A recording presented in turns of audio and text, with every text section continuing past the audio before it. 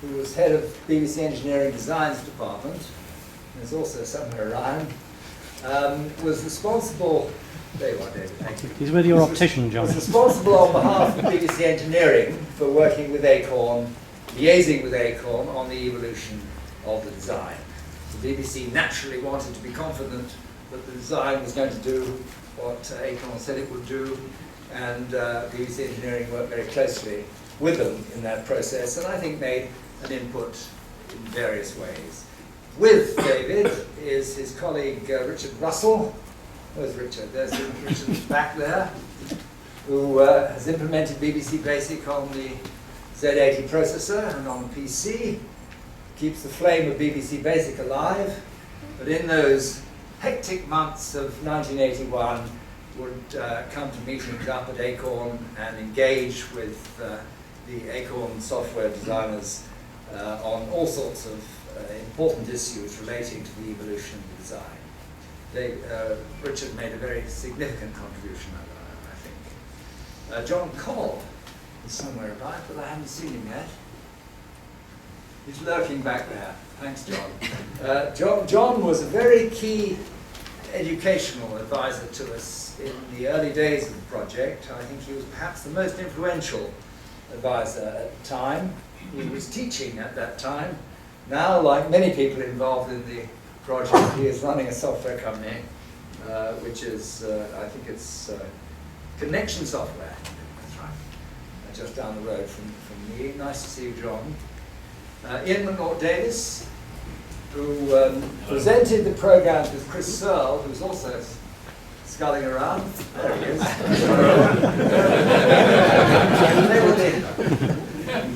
They were the visible face of the project. Chris, you will know well. Millions of people know Chris's face from his work in television presenting. As you will know, Ian was running ComShow when he wasn't climbing mountains or presenting television programs. Ian Trackman is also here. Ian, in the studio with prototype machines, was actually writing programs while we were sitting in the studio trying to make television programs, and in fact kept a cool head at all times and did marvels on machines that is Steve here, Steve Lowry. Where is he? No, he's not here. I was hoping that Steve Lowry would come because in a sense he was the other, he may come later, he was the other side of the coin. He was making sure that the hardware worked. We had an awful time for about 3 studios because the hardware kept falling over, not surprisingly, because it was pre-production machines. And Steve came in with a cool head, and the problems seemed to disappear mysteriously. He was a great man behind the scenes, little known, but much valued. And Marsh, I was hoping would come, but I don't think he's here, sadly. So, let's get ourselves launched.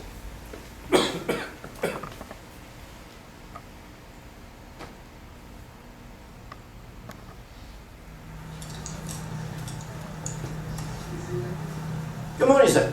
Oh, good morning. I'd like to buy a computer. Certainly, sir. What did you have in mind? Well, I don't know very much about computers. Perhaps you could give me some advice. Yeah. Well, there's the apple, the acorn, the pear. Banana? Yes, we have no bananas. Oh. We do have tangerines. What's all this greengrocery got to do with computers? Well, sir, you know what it says in the Bible?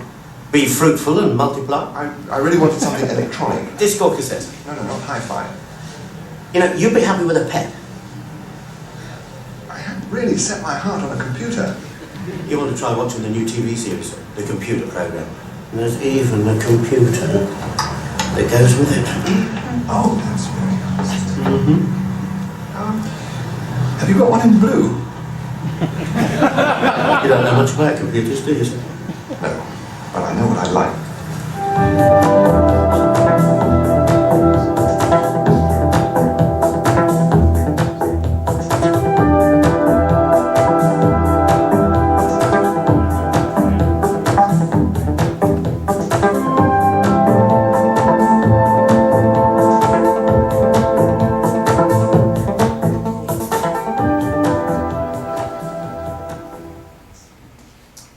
Well, some of you may remember that sequence.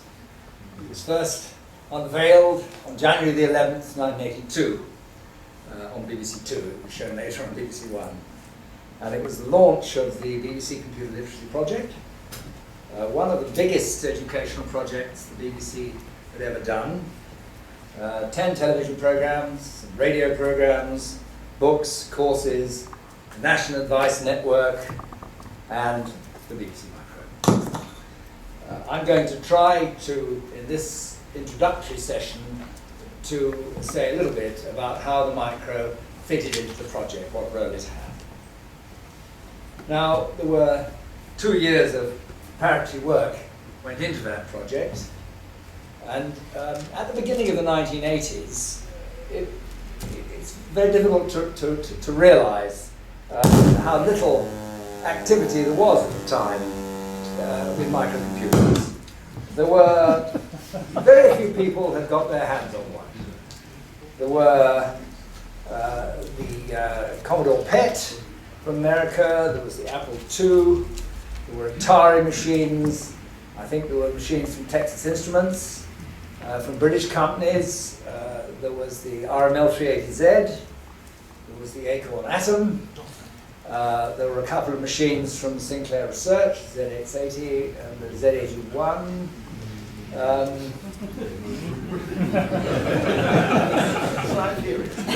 But there were also a number of companies, other companies, many small companies, dreaming up ideas for new machines because new processors were coming along, the technology was moving quite fast at that time.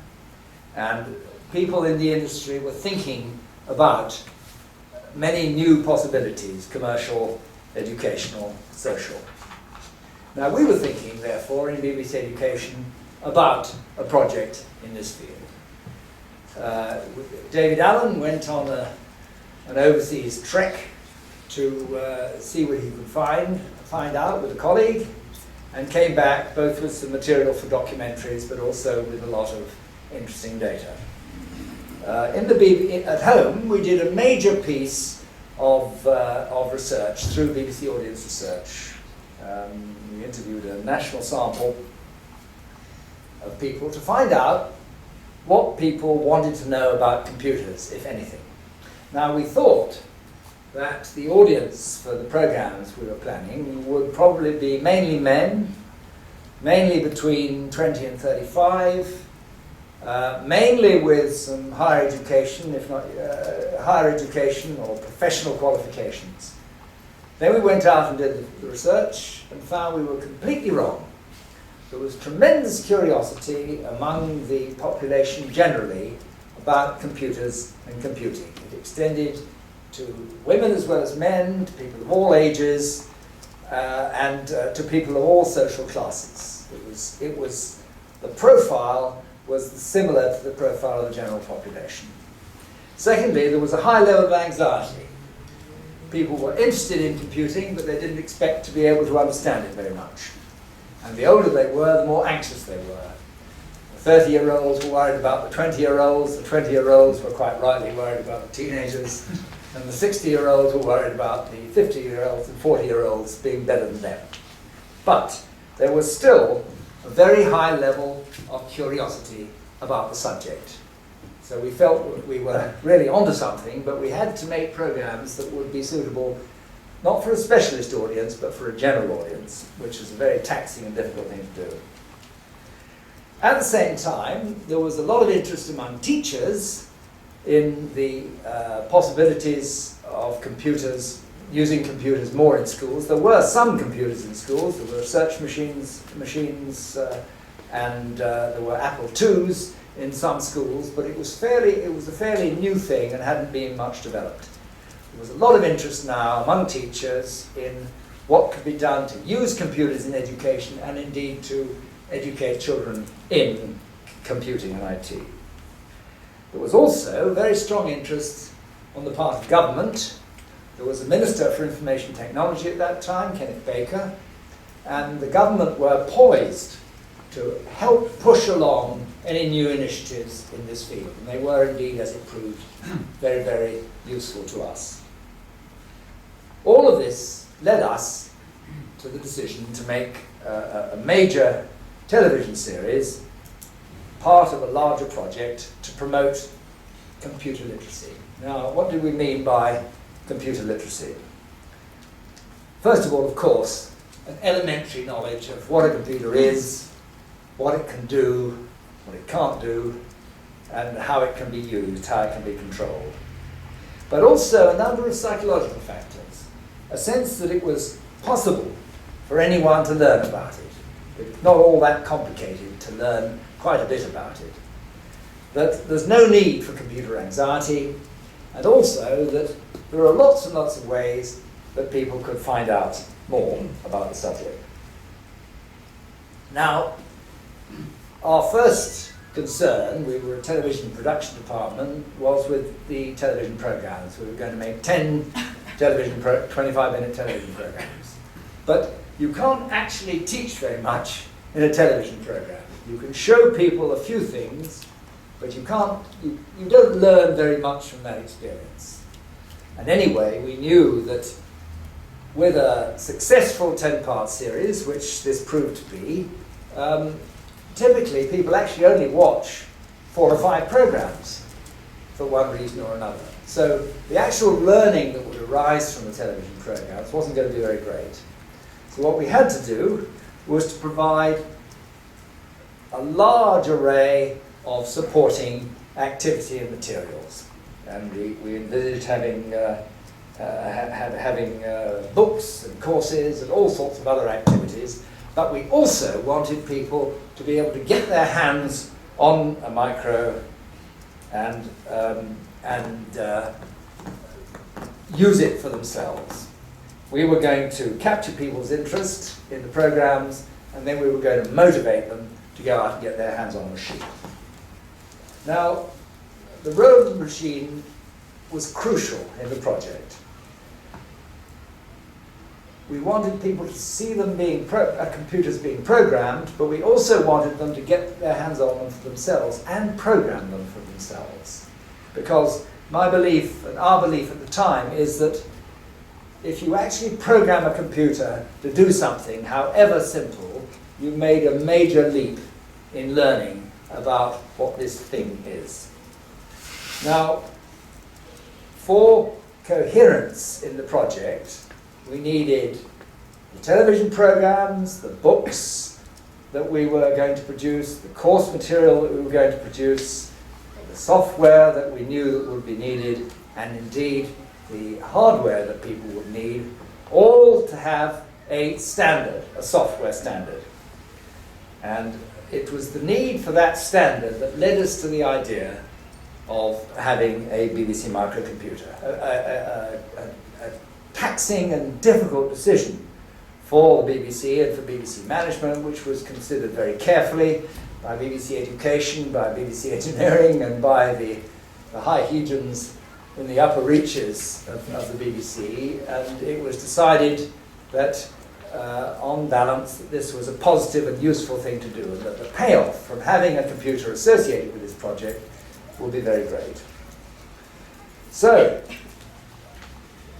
we consulted widely with teachers and others in the field, and indeed with the Department of Trade and Industry, about what should be the characteristics of a computer that would be associated with this project. And that was a very deliberate and careful process, and we came up with a shopping list. And the shopping list was that the computer should be easy to use. It should have a good, strong, a robust keyboard and a good sized screen. It should be as powerful as possible. It should be state-of-the-art in terms of its power and speed. It should be easy to program, and it should have a well-structured and pretty standard BASIC. We were strongly advised that we should, in fact, have BASIC on the machine. It should be very transparent and accessible to the user. It should have good graphics. It should be very expandable.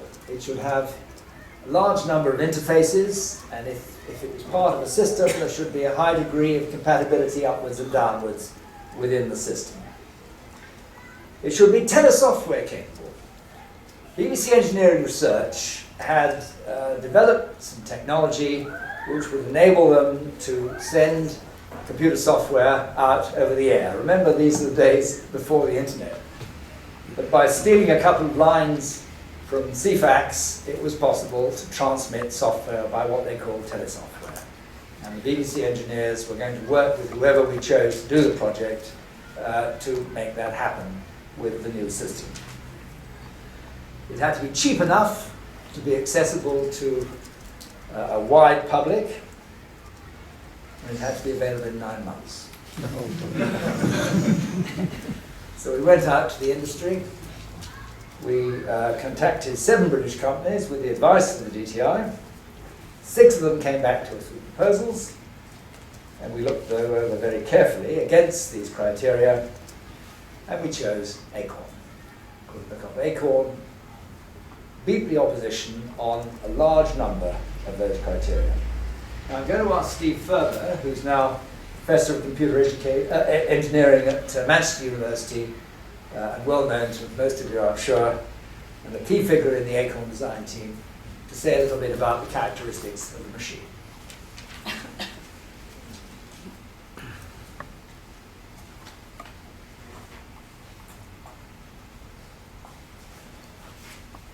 Thank you. So this is one of the more technical bits. I've been asked to take you through the inside and outside of the machine itself. So let's start with the deep technology. This is what engineers like to deal in. I'm starting with the hardware because the hardware was my side of the BBC Micro. And this is a considerably simplified block diagram of the machine, but which captures most of its important features. So we've heard how it was required to have a lot of interfaces. And if you look around the edge of this picture, you can see a range of interfaces at the bottom left, an interface for a disk drive. Now those of you who were around at the time, and looking around the room, I think that's most people, will remember that the BBC Micro was originally shipped without a disk drive because disks were simply too expensive for the market that we were trying to address. But the disk interface was there in the design from the outset, and pretty early on people caught on to the idea that the machine was a whole lot more useful if you paid the extra money and attached a disk drive. It had a printer interface, fairly common. It had a user port, which was a slightly odd feature. This was a very simple little port that you could program things through and prove very useful for all sorts of practical educational projects. It had a thing called the 1 megahertz bus, which was a kind of way of fixing all known problems that we couldn't fix in the basic design. So the telesoftware was accessed through an external box that connected to the 1 megahertz bus. And then, of course, we had the Acorn Magic interface at the right-hand side, which is the tube, a word which still exists in some of the work I'm doing today and still mystifies everybody who comes across it. But basically, that was how we connected second processors onto the outside of the machine. So we could extend the micro to have a Z80 running CPM, which I think was something the BBC thought they wanted at the outset.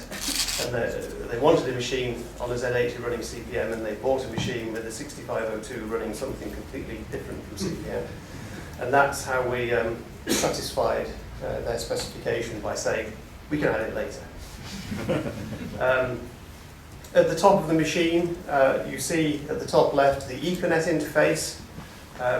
Acorn was very, very early into computer networking. We had Ethernets running on the previous Atom product way before most people in the universe had ever heard of the internet. These machines were being wired together, and this was thanks to our strong links with Andy Hopper's group in the computer lab at Cambridge. An analog interface, so you could have a joystick even then. The cassette interface, if you couldn't afford the floppy disk, then you could save your programs and data on bog standard audio cassette, which you'll see being used quite a lot in the first computer program series. And then this was before the days of monitors being commonplace, and so you'll see a number of connections at the top.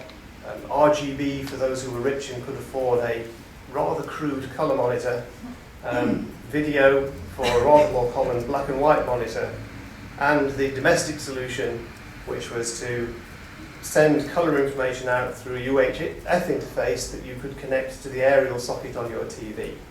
There are all sorts of reasons why that's a very bad idea, but at that time this was really the best overall solution for, particularly for domestic users.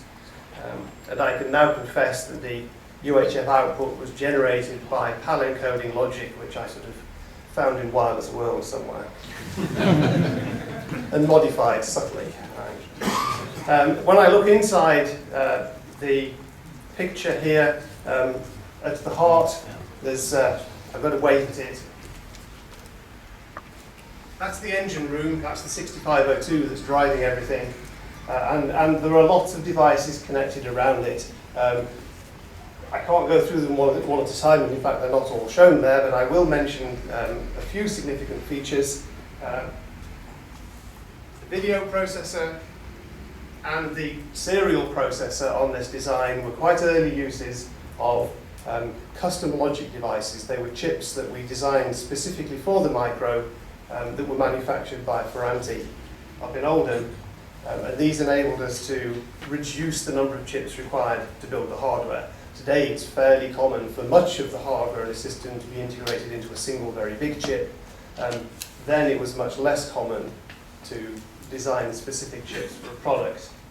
And I guess that it's now, enough time has passed that I confess, as the responsible person, the area of my real phobia in this design.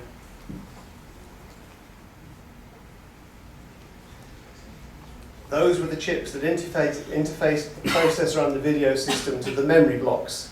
They were very simple tri-state buffers. They were 81 less 95 parts that we bought from National Semiconductor. Any number of other suppliers came up and tried to sell us their plug-in replacements with identical specs, and none of them ever worked. And we never knew why. But 1.5 million BBC micros later, and no problems. I don't feel as uncomfortable about it now as I did at some points during my time at Acorn. So that's the general structure of the hardware. The physical nature of the hardware is similar. So here's the printed circuit board that's inside the BBC Micro box. You'll see here at the top left-hand side, various components are not populated. Those are the Ethernet components. So Ethernet was not sold as standard, but it was available there as an upgrade on the circuit board. This one appears to have got its floppy disk upgrade. It doesn't have the speech system plugged in, but that was an easy upgrade. It's a Model B because it has the full memory complement on the right-hand side. So there's one PCB in all of the original BBC Micros, and the Model A and the Model B were differentiated by how many of those chip locations were populated, and all of them had a considerable amount of upgrade capability. Now if we move slightly away from the hardware, this is a picture which shows the logical organization of the information inside the machine. And with the BBC Micro, if you were an enthusiastic user, you had to be reasonably aware of this. So the 6502 was an 8-bit micro with a 16-bit address bus, which means it had a total address space of 64 kilobytes. That's 2 to the 16. Okay, now 64 kilobytes. Fortunately, with this age of audience, this does make some sense. When I talk to my current undergraduates about machines with 64 kilobytes, they all sort of glaze over. Nothing runs today in less than a gigabyte. So, and a gigabyte is 16,000 times 64 kilobytes. So everything today is many thousands of times bigger. But in the BBC Micro, we structured the 64 kilobytes into 4 blocks. The bottom 2 blocks were the DRAM, the read-write memory, where you could store your own programs and data. And the top half was occupied by read-only memory, the fixed stuff.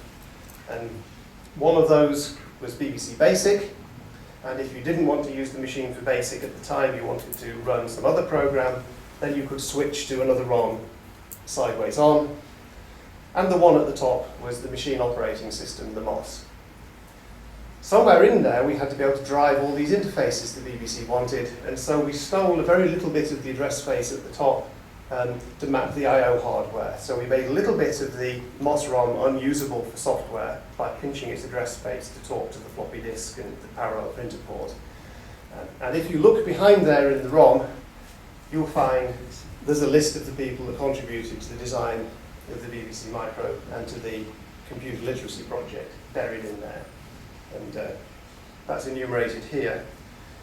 The other constraint on the Micro was that with the memory at the bottom where your programs and data went, a whole chunk of that was also taken up for the screen. So if you wanted to produce a high-res display, you had to give the screen system enough memory. And sometimes the VDU would take, in mode 0, 20 kilobytes of your 32. All right? So your program and data was running in 12 kilobytes at the bottom. So if you didn't think 65 kilobytes was very big, we're now down to 12 to do all the work in. And remember that programs like Elite still ran in that. So it's really quite a tight machine. Even at that time, 64 kilobytes was uncomfortably tight, and there were compromises to make that work, but not unsatisfactory compromises. Now, if we move further up into the software, the BBC produced documents, and I've obtained a copy of a report on the Continuing Education Television Computer Literacy Project, and this was updated in June 1981, so this was after the contract was signed, some way into it, and there was the usual specification kind of wish list of things they would like to see running on the machine. So systems package, database, music, and so on. Some programs which learn. That's still hard.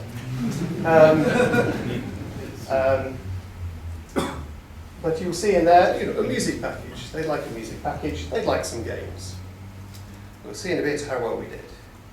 The ultimate specification of the machine was detailed in a red document, which I have the pages of illustrated here, but in fact we can do even better than that because the real thing is sitting at the front.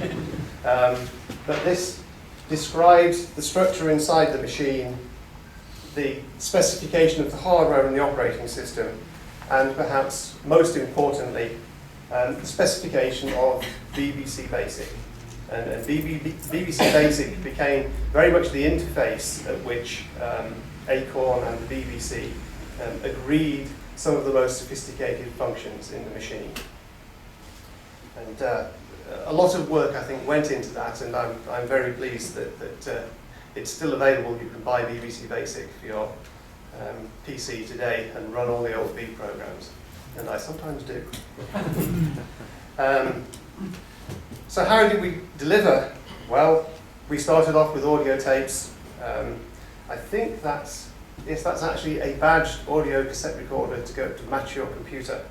It doesn't match terribly well, but it's at least roughly the same colour. Then the telesoftware we heard mentioned earlier, we delivered on that, and again remember this is before the internet. So this was a way that bits of software could be written in connection with TV programs or with other educational activities, broadcast over the BBC media and effectively replicated on thousands of BBC micros the next day.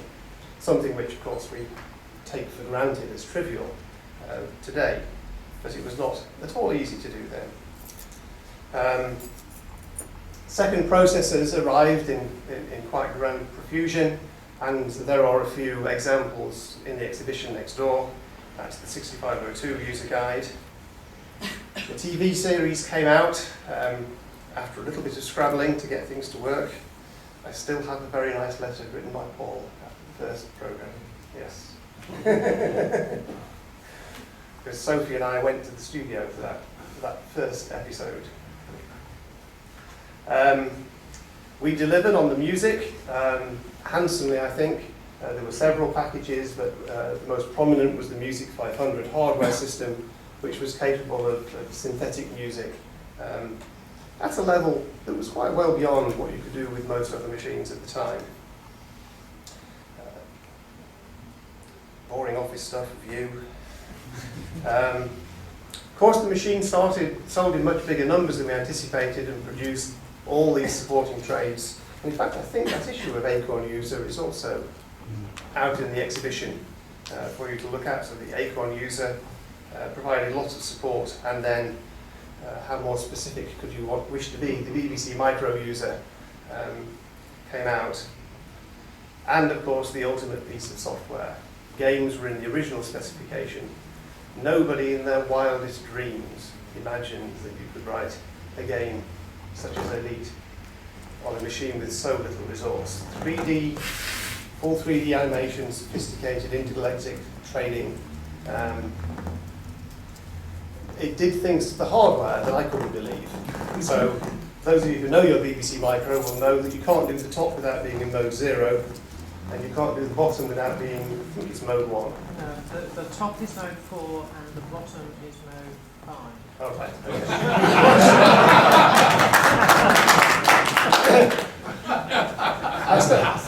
So that actually leaves a bit more than 12K. Yes, So it's only a 10k memory. so it's a 10K screen, which leaves 22K. Oh, so it's easy then. Right? No, it was a feat which impressed the designers of the machine as much as anything. On a personal story, I first got into microprocessors because I was intrigued by the idea of building flight simulators. So for me, the most satisfying piece of software, which again is on display next door, was Aviator, which is an absolutely fantastic flight simulator on the BBC Micro.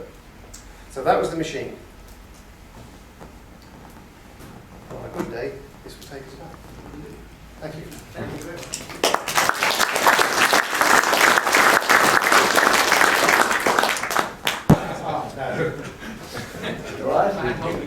Anyway, I said earlier that we wanted the machine to be ready in 9 months, but in fact we agreed to give Acorn another 3 months,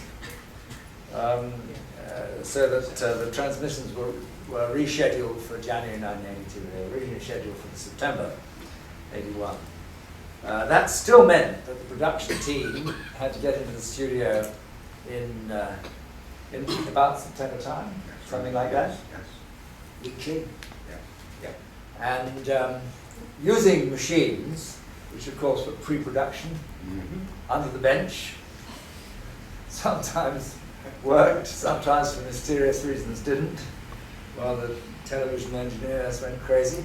However, it was a daunting task, but it was one which Paul and his production team attacked with energy and vision, and I think great brilliance and relish. Paul, do you want to say a word? Well, yes.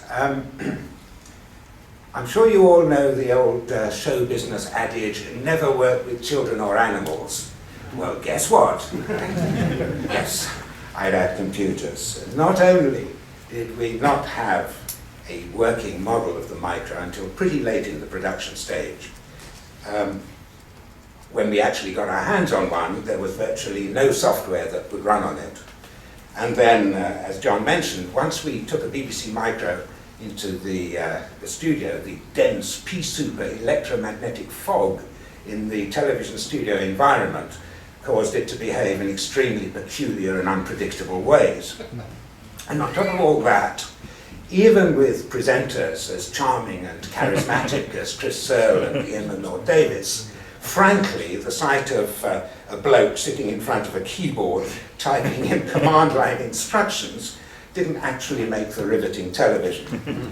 However, we overcame that, and we found, in the end, the role for the BBC Micro in the series, which was to act as a kind of sort of sheet anchor to bring our more elaborate flights of fancy back to the ground and make them apply to the real world again.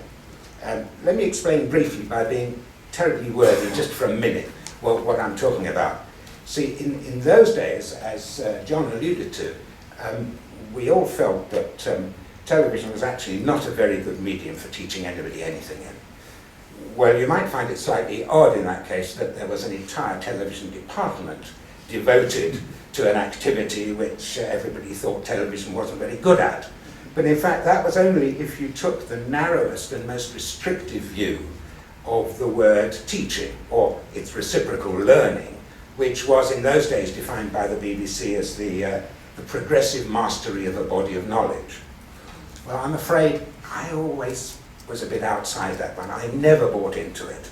For me, that was all far too sort of grad grinder view of education, like, what's his name? Joe Friday in Dragnet. Did you remember? Just give me the facts, man, give me the facts. I always thought education was about something much more fundamental and important, which was about understanding, by which I suppose I meant the grasping, absorbing, and internalizing of a series of basic concepts and principles by which to understand the subject in hand, in our case, computers and computing. Or, to put it another way, a more practical way, that the job of the educator was to help learners assemble for themselves useful, practical, and as far as possible, accurate mental models of what was going on, of course, invisibly, in the electronics of the computer.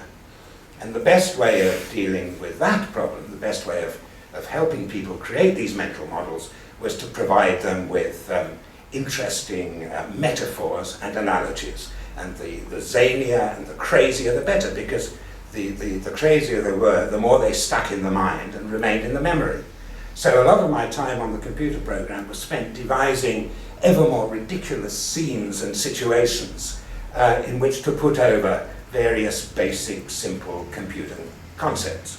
And they must have been fairly memorable, because I still remember many of them very clearly. I remember hiring the robot dog K9 from Doctor Who to navigate its way around the Hampton Court maze. And I remember that my production team was so convinced of its reality that it never occurred to anybody that we also had to hire, alongside the robot, the human actor who gave it its voice. Somehow they thought it spoke. I remember trying to explain raster graphics. I commissioned a woolly sweater for Chris with the owl symbol of the series on the front of it, which Ian McDowell-Davies then proceeded to unravel on camera, ending up with half a mile of coloured wool in his hands. Chris Searle protesting, and Max saying, no, it's perfectly all right, we can just easily reconstitute the picture just by laying out proper lengths of this wool next to each other and in parallel. But of course, at the end of the day, after having had our fun with all these analogies and so on, we actually had to bring the ideas back to earth. We had to show them in operation, in the real world, on a real computer, doing a real task, and that was where the BBC Micro came in. We gave a lot of thought of what applications we ought to show, and we thought that it was important that whatever we showed were the kind of applications that were going to develop to become ever more important in the future. And 25 years on, though I say it myself, I don't think we did really too badly. Here, for example, is the very first application that we showed in the very first program of the series. If I can get this to... there we go.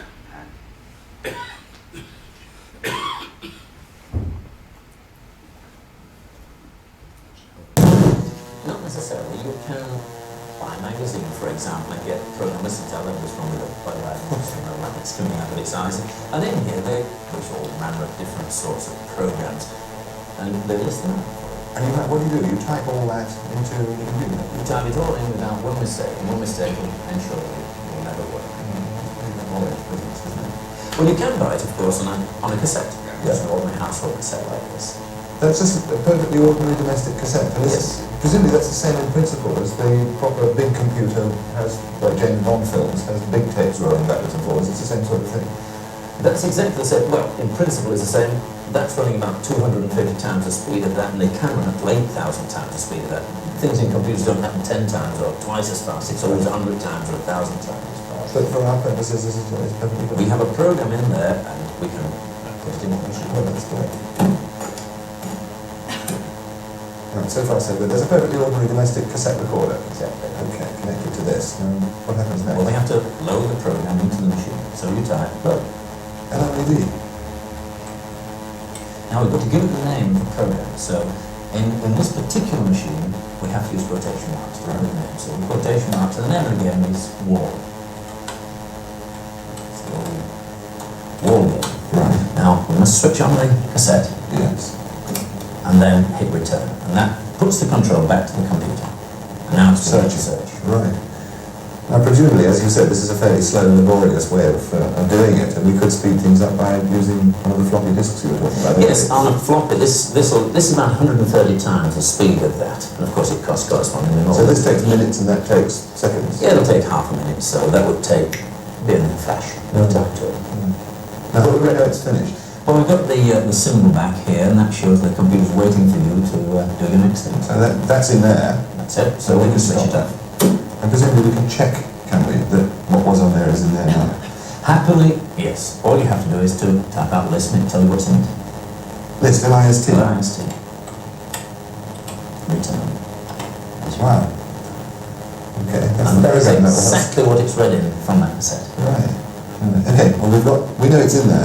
How do we play the game? Just tell it to run. Well, nice simple English words, I must say. And return, I suppose. That's it. You should be in the game. Right, all game. Move to the back.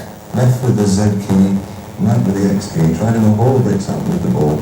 Bricks to the further back, score more points. So around 3 balls, large or small bat. Well, I have an L bat. As a beginner. Press any key to see it.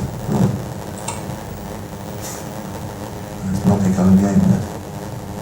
I see. Yes, right. I think I get the picture. I hope you're better at tennis than me like this. Who would have thought that 25 years on, the distant descendants of that painfully primitive and crude computer game would be as glossy, as glamorous, and as financially rewarding as Hollywood movies? Yes. But if you think that games are a bit superficial and trivial for computers, well, Ian McNaught Davies would have agreed with you. Lost it. Oops. Perhaps you just had to say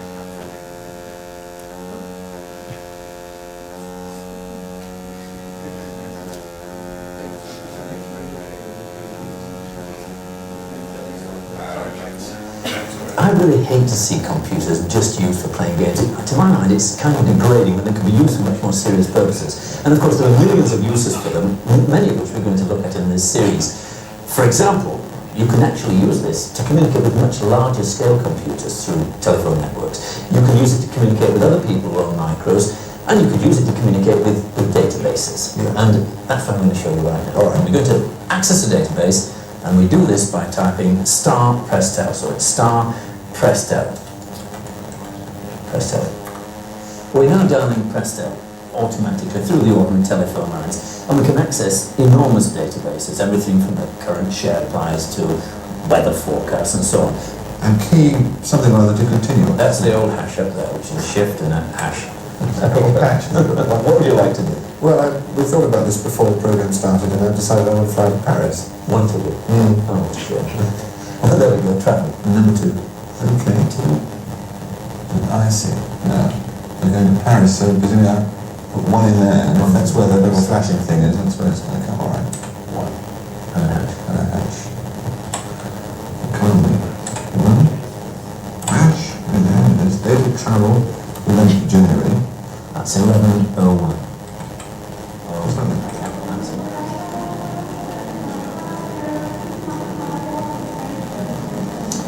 Okay, I hope it works. Good afternoon. Good afternoon. I hope you've got a seat for me on the 6:30 flight to Paris this evening. Right, sir. Can I have your name? So, it's you.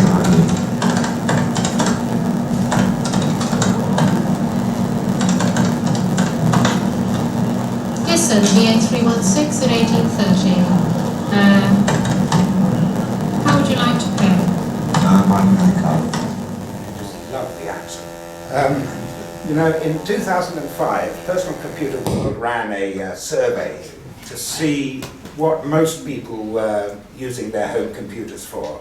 And at that time, it turned out that the vast majority of them were using their home computers for playing games and for going online.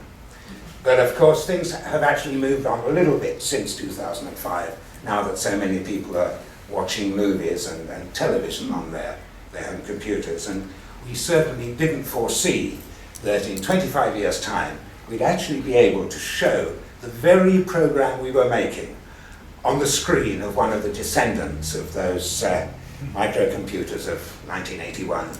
But then, as Horace once wrote, even Homer sometimes nods. That's John.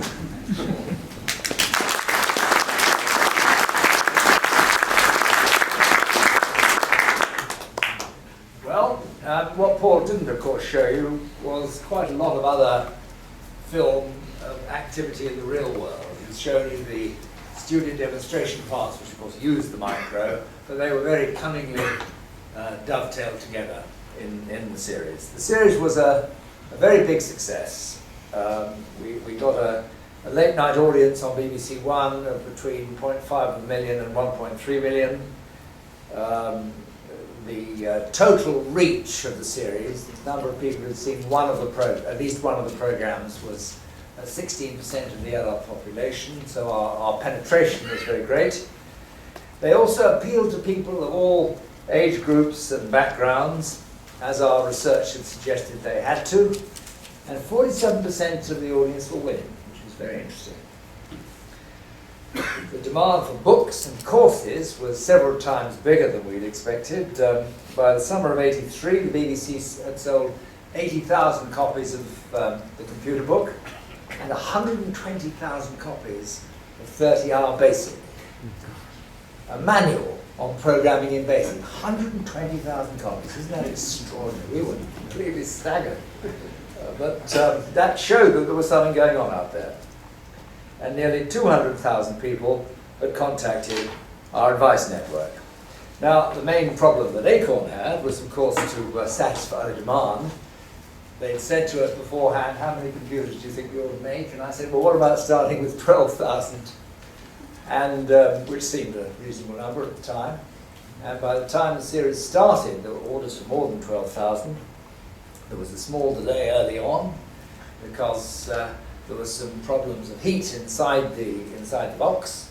They were resolved, but Acorn didn't actually catch up with demand, I don't think, till the following September. And by the summer of '83, they'd sold, I think, 150,000 machines and rising. And I think the total number eventually sold of the system in its various guises was over 1 million, wasn't it? Almost even, yeah. The systems were very popular in schools, where they were supported by the DTI, and they found many different uses. And there was a lively market for linked software, books, journals, clubs. A whole slew of magazines popped up in the marketplace to satisfy the interest and the demand that had been created by the project as a whole. That led us to go on. We made a further television series that David Allen produced, Making the Most of the Micro, in 1983, a year later, which had even bigger impact. And we made a series of further series over the next 2, 3, 4 years. Now, let me now turn to George Auckland, who is head of learning innovation at the BBC and has brought a couple of colleagues with him. Actually, one of them may come streaming in any minute, but he's brought Kristen Mason with him. And he's going to talk about the legacy for the BBC. I think, Kristen, you're on first. Yeah.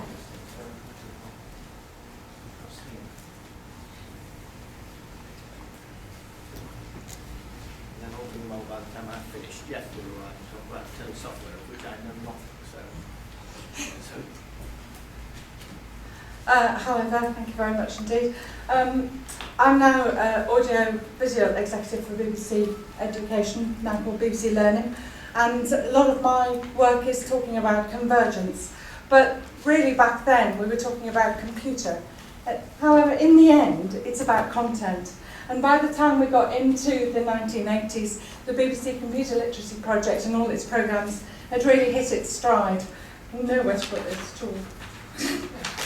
However, great, marvellous. Okay, we had computers in control, the electronic office, and making the most of the micro that John's just referred to, produced by David Allen, that took rather a brave step. Good morning, this is Studio 4 at the Television Centre. It's 11 o'clock and this is Making the Most of the Micro live.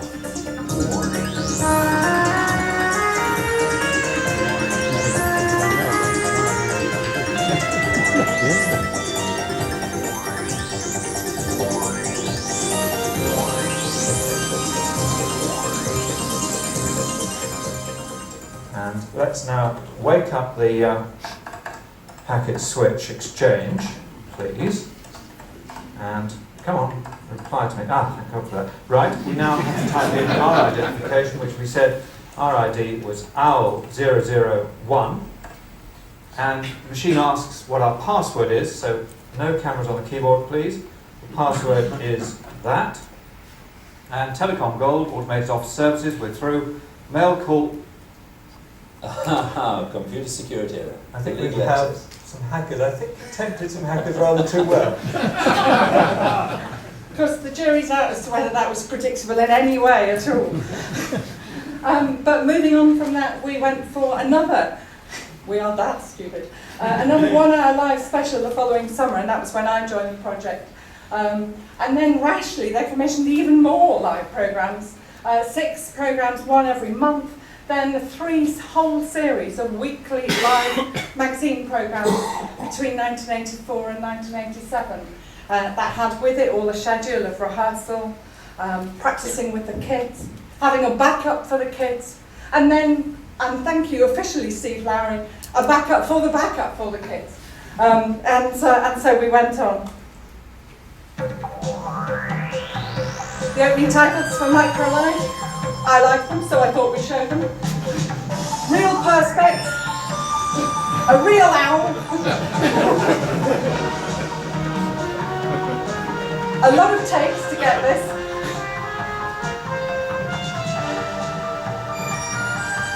A real model, real neon, and all shot on film. On this series, we're giving you an opportunity to write to us while we're on the air through a bulletin board. A little bit pre-Web 2.0. It's more or less exactly what it says. It's a way of you being able to send messages to this computer and also be able to read messages that are stored in the computer itself. It's a Tandy TRS-180 and it's connected into the telecom network by this Dacom 300 baud modem. And it's using TBBS software, which stands for the breadboard software. We've had a bit of trouble with it one way or another today, but we've been rehearsing it all day. Haven't we, Leslie? We have, and I'm now about to rehearse it in public. I'm just dialing in. I'm not sure whether we can afford this call with that news from British Telecom, actually. That was to prove we were live. Ringing. Anybody there? Yeah, I've got a high-pitched whine, so that means that the call's been accepted. Place the receiver in the modem. Green light. Press return. Look at that. Welcome to Micro Live. First name. Right. Leslie. L-E-S-L-E-Y. Leslie. Last name. Over here, you're terrible at spelling. Never mind, I'll put it on. Well done, Leslie. She was known as Leslie. There's only one person can be connected to it at one time, just like your home telephone. So if you do dial in and get an engaged tone, please ring off and try again later. So, communication was underpinning a lot of the aspirations of the Computer Literacy Project, including controlling home comforts. Switch heating on. Heating on. Being able to switch your heating on when you're a couple of hours away from home has several clear advantages. Here's the equipment that we use. We have a system that can recognise the words that you're saying and translate them into numbers. The numbers then go into the computer, and then the computer can then decide to control devices itself. And then also thinking about that communication for the busy office person, businessman on the move. Let's think about the tyranny of email. Even whilst I was on the plane, I could be typing messages into this microcomputer. And by connecting it to a telephone, I could send those messages to my office, or for that matter, to anyone else who's connected into the electronic mail system. The point is, there doesn't have to be anybody there to answer the telephone. This machine is connected into a central computer where the messages are stored until they are read. I can also have messages sent to me into this machine, and then I can read them off at my leisure. And of course I can connect this system into my central computer where all the information needed to run my company is stored. There's the transportable, like this mighty great Philips over here. Now this is really a desktop micro in a more convenient package. It's got disk drives, it's got traditional VDU, and of course a keyboard. That's at the big end. At the other end of the scale you've got this, which is a pocket micro from Sharp. It's really just a calculator, very limited memory, and you need a trained stick insect to work the keyboard for you. This one has also got a nice little system here, micro cassette, rather like the sort in dictaphones. I suppose you could have a disk drive alongside, connect it in, and then record it on that little cassette and use that when you're travelling about. Yes, indeed. Well, we all know what happens. These computers really aren't as easy to use as they say. When you switch them on, you get something like this. I didn't expect to make music at me, but they give a greater than sign with a flashing cursor like this. And if you want to do something, you probably have to type in something like *cat, which is the catalogue directory, and it'll give you a list of the programs you've got stored here on your disk. With a professional computer, something like this, when you switch it on, you'll get a screen with the various alternatives at that particular point well outlined. In this particular machine, it's in a rather nice graphic form, and you can move the cursor along and select another one and get another series of options of things you can do at that point. It's called a menu. And just thinking about being able to bring everyone to the same point and understanding how to get that advice to deal with the kit itself and the peripherals. A little note from John Coll about dealing Will with these two dot matrix printers fit up to any computer? No, they won't. This BBC computer has got interfaces for both that one and that one, a serial interface and a parallel. But in fact, some computers haven't got any interface at all. And probably the most important thing, if you're going to buy a printer, I would say, is to go into the shop with your computer and physically see it working. It's terribly important. Then, grab hold of a bit of wire that the sales guy is using and take that piece of wire out of the shop. Don't get flopped on. And a little look at printers. A year ago, daisy wheels were the marvellous thing, and dot matrix pretty grotty. If you have a look at this one, this is a dot matrix printer, and I don't think you can see on camera, but there is some very, very high quality print out there, probably not close enough, No, but it's it's almost superb. letter quality. Right. Yeah, and lovely, lots of variety, different print as well, and underlining. That's right. So you've got all sorts of bells and whistles for only £500. What we actually do is we have a thing called a three-dimensional digitizer, and it's a very clever device. So and looking it's got forward a then little on cursor, to little pen, animation. and it'll tell you exactly where the pen is. So what we're able to do is to just feed the pen over the surface of the object, and the shape of it gets read straight into the computer. Marvellous. And just at that point, because I wasn't expecting that clip to come up, I just thought I'd say that we actually used this technology in the production office. I was then a production assistant. David Allen would send in the script using his Telecom Gold account. I would download it using that very same Saki modem that you saw on the acoustic modem on that clip. I would then put it through our office daisy wheel printer, we had just the one, and print the right-hand side of the script. I then take the paper out and put it in a manual typewriter and do the left-hand side of the script, because it wasn't until 10 years later we got anything like a script program. But we were able to have a look at a number of different sort of computer graphics programs, and so I bring you this. There are lots of things here.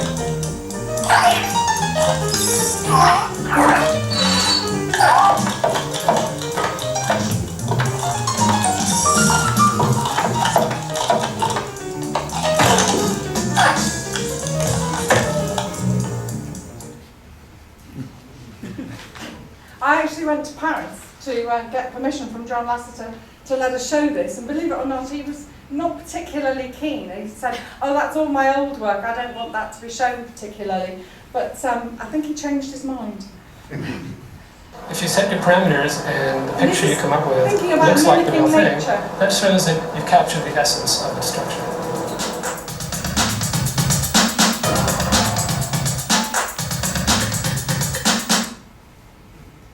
One of the more exciting new effects that come out of this year's computer animations reproduces the natural beauty of flocks of birds. Naturally enough, this effect is called flocking, and again it's based on a series of simple rules. Craig Reynolds at Symbolics took a look at the problem from the individual bird's point of view. The path of each bird is worked out using rules like this. Collision avoidance, that is, don't bump into your mates. Velocity matching, that is, keep roughly the same speed and roughly the same direction as all the others. And flock centering, which means in plain English, don't get left behind. The further away a bird gets, the stronger is the urge to catch up. Those simple rules are then line tested. Now, although these are only triangles, it's clear straight away that that overall flocking effect really does work. And computer... I'm just going to skip through this one, but I do have them still for you to have a look at. This is where we were absolutely at with texture mapping. And then we also had a little look at educational software, breaking the mold. Your mental arithmetic. This In fact, is it's mid-80s, really don't about forget. tables. It's called robot tables, so let's have a go. Plenty of instructions on the screen, you see, so you don't need a handbook with it. Now, here we are. This is a machine which builds robots, and the raw material coming in, I don't know if you spotted it, they had a number 2 on it. Yeah. Now, you have to either accept or reject that number, depending on whether you think it's in the table. If you get it right, you get a good robot. Yeah.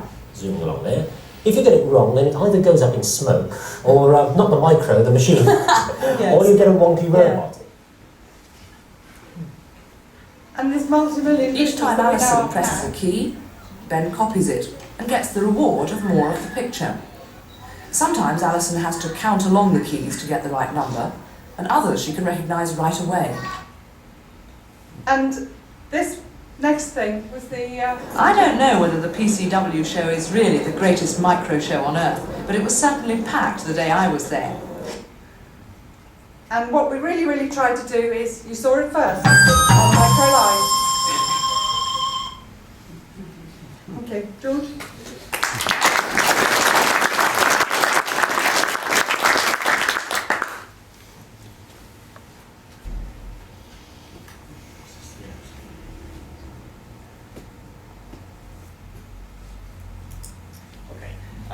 Other than owning one from the early 80s, I came professionally to the BBC Micro quite late as a producer, really around about 1987, 88. But before I get onto that, I'm just going to touch on to some work that I've recently been involved with the Domesday project. Again, I wasn't involved professionally with the Domesday project at the time, I was doing other things, but it fell to me because of the nature of my job title to sort of inherit it.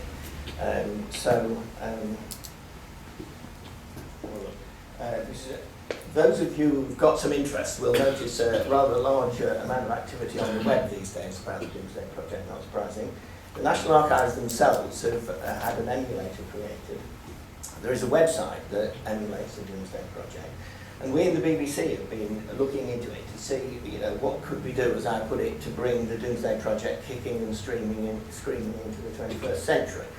And one of the big issues I hit, rather irritatingly, is a copyright issue. Who owns the rights on the 24,000 photographs and 50,000 articles written by teenagers and so on? And it's only fairly recently that I've managed to crack this by a kind of a workaround, whereby I managed to get a very senior BBC exec, who's significantly more senior than me, agree that we would accept the relatively modest risk of potentially republishing the photos on the basis that, I guess, if anybody objects, we would just remove them. So, just a quick update for those who are not familiar. I understand there is a Domesday machine, as I refer to it, possibly outside. There were 24,000 photographs. None of them were particularly special, although as a Yorkshireman I would hazard a guess that she's ironing her son's shirt. And they were like this kind of photo. But what we started to think, what would be wonderful if we could make this mobile So that on a mobile phone, if you could be located approximately where you were, and that some of the Domesday photos of the time, that in the cell, the phone cell you're in, had that phone cell existed then, would get sent to you. So we thought we'd sort of play around with this idea, and later I can show anybody who's interested a version of it running on my mobile phone. So if you then go back, you know, all of a sudden it starts to get rather interesting. Here it is, the Tesco's car park 20 years ago, and there it is only a couple of years ago. Remarkably little change. And this next one, there was a trick question, and the question is, and because of the lack of time, I'll not ask you to answer it. What changed? What changed between this and the next photo? And it's a trick question. And the answer is, the photographer grew up to be a 6'4" man. So the main thing that changed was the perspective on the photo. So when you play around with these things, there's kind of a lot of things to talk about. And we think that somewhere in all that, and mapping new versions of photos, is potentially quite an exciting project, but we haven't got that developed into a specific thing, because as I say, it's only recently I've got sort of sign-off doing user stuff. Now the first program I got involved in was a school's television program, which I'm going to show you a glimpse, because it's quite interesting. I've been involved in a lot of interactive stuff, but I really do believe that the real interactivity happens, once you've stopped watching the program, or once you've actually come off the micro audio. And there have been a couple of references earlier on, John and Paul, to how relatively poor television is at delivering what you might call educational learning. Now, curiously enough, although BBC Education was started in 1924, by 1926, the Directorate of Education had already realised that in order to deliver education and learning, broadcasting was not enough. And they developed a concept we now call, I think they may have called it, beyond the broadcast.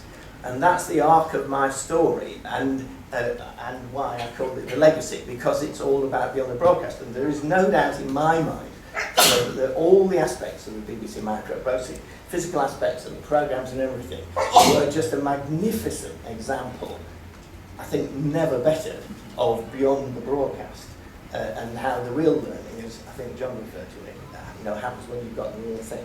So I'm going to show you this unusually with this little bit, because I think even in those days we generated the clock using BBC Micro, so I thought it would be quite fun. Whoops,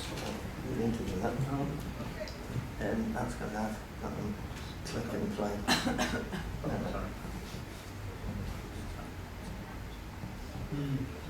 Depends how you set up the PowerPoint. Sorry, it's okay. Yeah.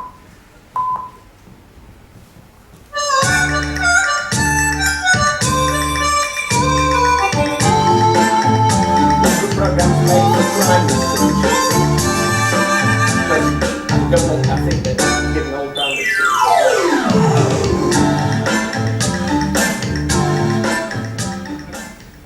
The problem we set last time was about reaction times. How can you use your school computer to work out the results of a simple reaction time experiment?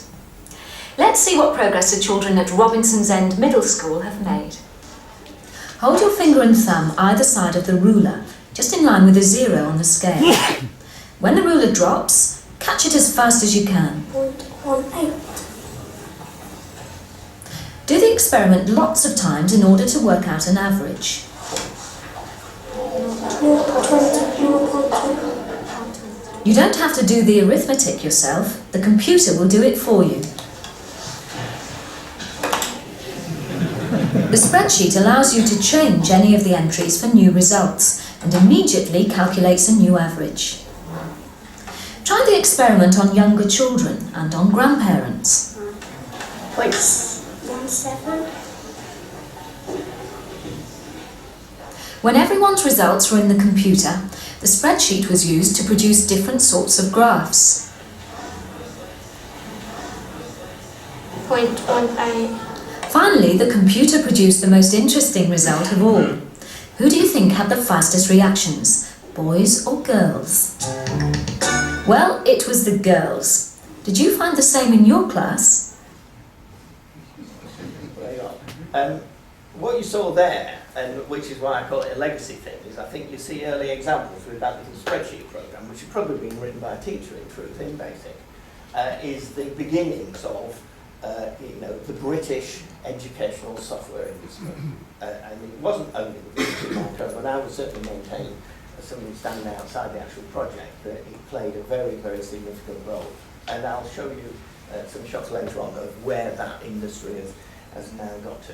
So now coming much more rapidly up to date, BBC was first registered online in 1989, remarkably, and then bbc.co.uk 91. I'm very pleased to see Gemstones here in the audience, because Gem was one of the producers on the Big Bite radio programme, which had one of our earliest websites, and then the net, and then very significantly, again, in the concept of the Beyond the Broadcast legacy idea, BBC Networking Club, which was essentially run through BBC Education, which had this wonderful URL, bbcnc.org.uk. And through that, and that ran for about 18 months or so, I was one of the members of it, along with Andy Moore. I think they charged more or less the same price I now pay Pipex, but then BBC Education Online, I was one of the two people who started, learned a bit of HTML, did a few web pages. Jen was doing a few web pages, and between us we, formed Education Online, which, curiously enough, I'm rather pleased to say, was at least a year to 18 months before BBC went online with its news service and the sort of magnificent beast it is to this day. So I'm just going to show you a glimpse. It's very I've got one clip which I'm not going to show through lack of time unless there's time afterwards, which shows a change in fashion between the 1980s and the 1990s. And this is one of the presenters on the net. But there's a little bit of discussion about the networking club itself and its sort of manifestation. This is a communications network for the world. Everybody's going to use it. If you want to get onto the internet, contact the BBC Networking Club, which has details of the companies offering access. And from May, the club itself can offer internet access for the cost of a monthly subscription and a starter kit with specially designed software. And tonight, as we come off air, the BBC's own Internet Bulletin Board goes live for the first time. To find out more, set your video to record netcetera in the closing credits. That's the burst of information from and about the programme after the credits. Almost the opposite of telesoftware, curiously.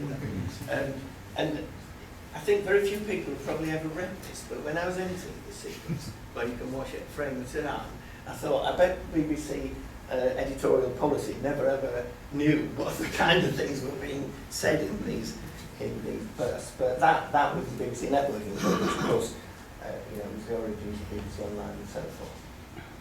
And then just to show this, I think, I haven't done my name, which is useful. I think this is the very first time we transmitted on television a full URL, of which we were, I think it was on screen for like 3 seconds, and we clearly expected the viewers to absorb it and immediately rush away and find our material, but not quite through that. This is a screenshot that I managed to find years ago, because when I was clearing out some cupboards at work, the documents I got sent as an early member of the networking club was a rather beautiful A4 folded sheet, which fortunately the screenshots had been from a Mac in those days, not PC, so they were 24-bit colour and so forth, and this was one of the frames. So I scanned this in and started to use it in PowerPoint presentations. Various other people got to hear about it. Eventually it got back to Peter Riding, who I think was the exec effectively on the networking club, who sat down and re-HTML'd the page. So that was kind of an interesting... Immediately a kind of philosophical concept came into my mind. In the digital world, is there any such thing as authentic? Is his page any better or worse or older or newer than the original? So I thought I'd show you this. And this is my pride and joy, is the fact that there we were, on the very first page, BBC Education in there right at the beginning, which again is part of the sort of legacy story. And that's a recent page for those of you who have a look at our pages. So, again, moving on swiftly, and I'm not going to show clips from any of these, but this carries on with the legacy. This is only a small selection. Some of them are television programs with websites. Only a website, no television program. An online course, no television program, only a website. Computer tutor, very interesting because there is no television programme, because the television programme is on the website. Oops. That's because there's another mouse on the screen.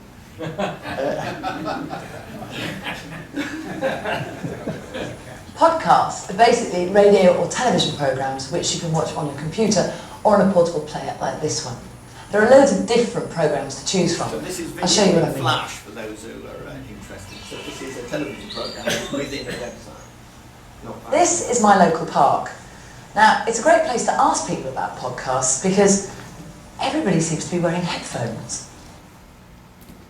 So Hi, wait, listen. Never mind. BBC Learning Education as has for many years had a stand at BET, the British Education and Technology Summer Another Show, which is the second week in January, and Chris and I were there this year. And knowing that I was going to do this talk, and knowing it was going to be about legacy, I just sort of shot off a few shots on my own little video camera to give you an idea.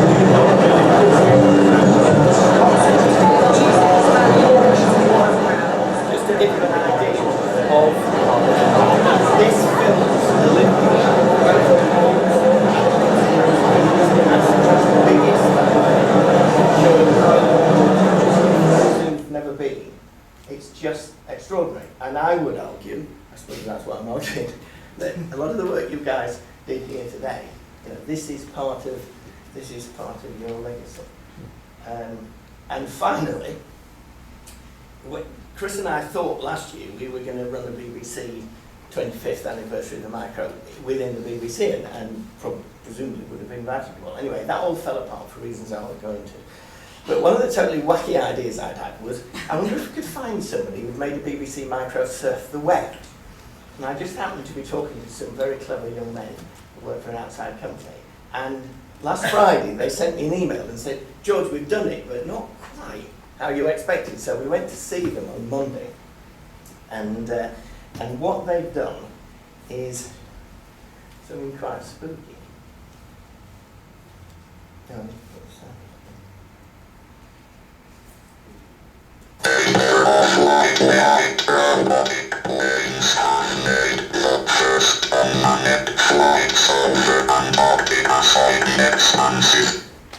Okay.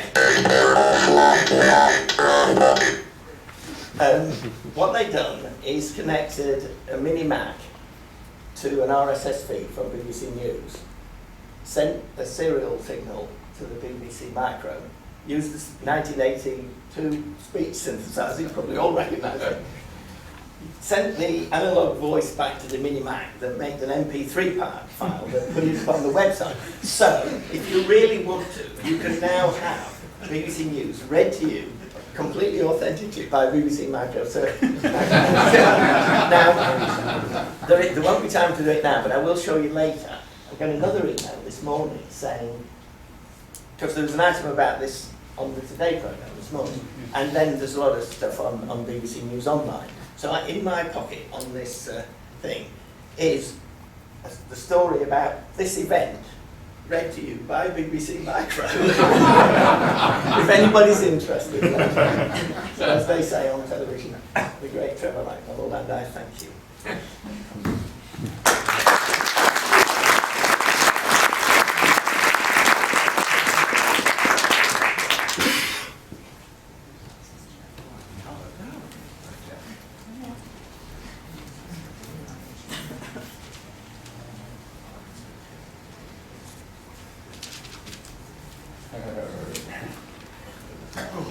This is Jeff Hunter from BBC Engineering Research.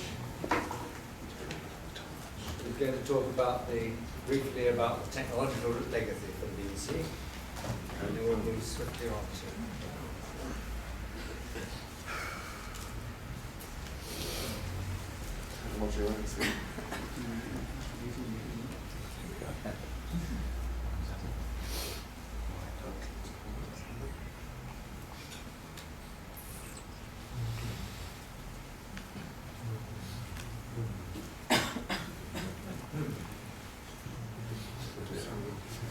Control Alt F11.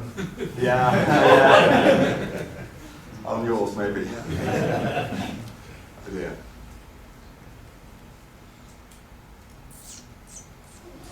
Okay, so I'm sorry about this. It's not going to send up.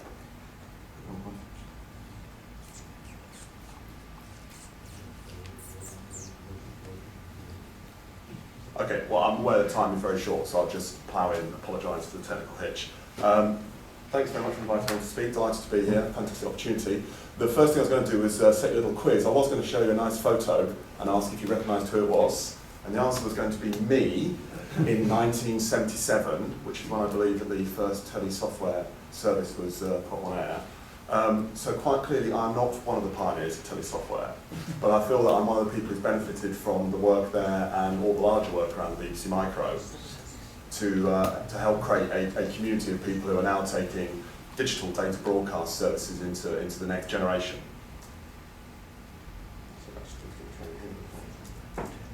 So, as I say, as part of preparing this, I've had to do quite a bit of homework. I wasn't there at the time, so I've had some acknowledgements I'd show. So, some of you who may be here, I have pillaged your websites for screenshots that I won't be able to show you and for information. So, thank you very much in advance. I mean, the brief history, as I understand it, was that there were experiments in the late 70s to demonstrate the principle of telesoftware. And the story in terms of the BBC Micro came sort of to fruition in the early 80s, 82, when a service was run downloading telesoftware services onto the BBC Micro, fitted with a specialist adapter. And essentially, again, I had a nice little screenshot, which was some telesoftware applications, which I've been poring over trying to work out exactly what it does, because on a particular website, it says it as a challenge, which I've unashamedly plagiarized. The telesoftware provided a range of services around education, literacy, games, public information, and quite a bit for general computing. But I think just as importantly, looking through some of the literature, it really envisaged many other services, which I think, as George has just been showing you in terms of the way that BBC, for example, has putting out content into web and digital interactive TV, actually paved the way in some of the thinking for these services. Unfortunately, of course, the service came to the end in 1989, and essentially expansion of the BBC CFAX service to include more information, additional regional information. Unfortunately, one of those tough decisions that was made.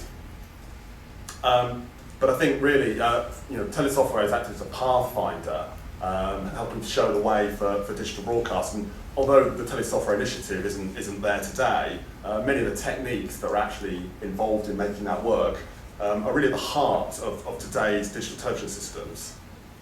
So, I mean, just some simple examples that I had were just really the way in which telesoftware is built on the basic concept of teletext delivering a packet of data, allowing you to assemble packets together, to chain them, and to effectively start to construct larger and larger items of data. And so it really envisaging the way in which many of today's data broadcast systems work today on digital terrestrial television, the Freeview system, on digital satellite, digital cable.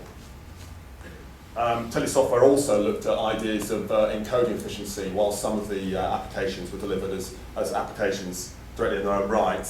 There was the ability to crunch up the application prior to delivery, really thinking about compressing the application down because of the capacity and making sure that it could be delivered in the most efficient and timely manner. And again, all those techniques we see today in digital broadcast systems, where many of the same bitrate bottlenecks still apply. And as well, telesoftware also envisaged in much of the literature, the concept of large applications, in fact, information sets that were larger than the device itself could hold. And of course, at the time when the BBC, the Micro, and any of the bespoke adapters were in the region of tens of K, and not the mega and gigabytes we have today, that was absolutely vital. But even today, we see those same trends, just because our PCs now have hundreds of megabytes of memory and huge hard disks. There's actually more and more information out there. So being able to manage that information in ways that allow you to get some down in a self-contained manner, and when you want to navigate and move on, you can get some additional information, is a really key legacy. So one of the things to realise is that digital data broadcast is still alive and kicking in this online and connected world. A little known fact is that the monthly reach for the BBC's interactive services are actually the same as the monthly reach for the BBC's BBC Co UK service. So this is still delivering fantastic service to the wider audience out there across all demographics. And again, I think those people who have pioneered the BBC Micro and the telesoftware service have really helped pave the way in a lot of these. So I had hoped to show you a little demo of some of the things that we're now doing in terms of taking these ideas forward. I can't project that to you, and it's played into your hands. You want to keep this short. So if anyone's interested, I can show you some off-air sequences that we captured from some of the latest trials that we've been doing in the digital broadcast era. But I think, again, I just wanted to end really in saying that whilst quite clearly telesoftware has left a technical legacy, and I've touched on some of those points, it's also left what I believe is quite an important conceptual and cultural one in terms of making people understand that there's a role for data broadcast services and a role for providing these services in a very open and accessible manner. So thank you very much.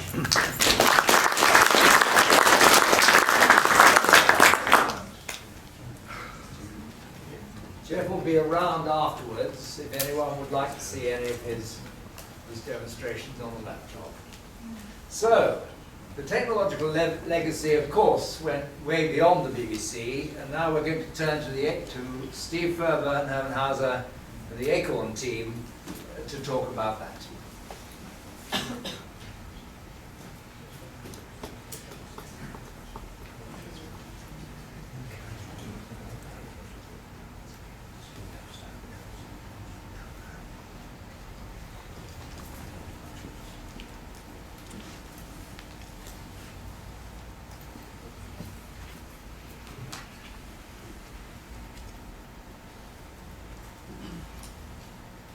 Thank you very much. We're up and running.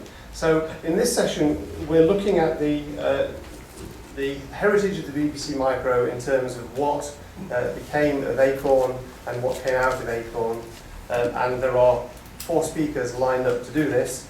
I'm going to come on first. In fact, I'm already here. And I'm going to talk about the ARM, which is one of the highest profile outputs, which in many ways can be attributed quite closely to the BBC Micro and the collaboration we had with the BBC on that. So the origins of the ARM are quite complex, and it's a bit difficult for me to explain this in the time available. But the BBC Micro was amazingly successful, as we all know, which is why we're here.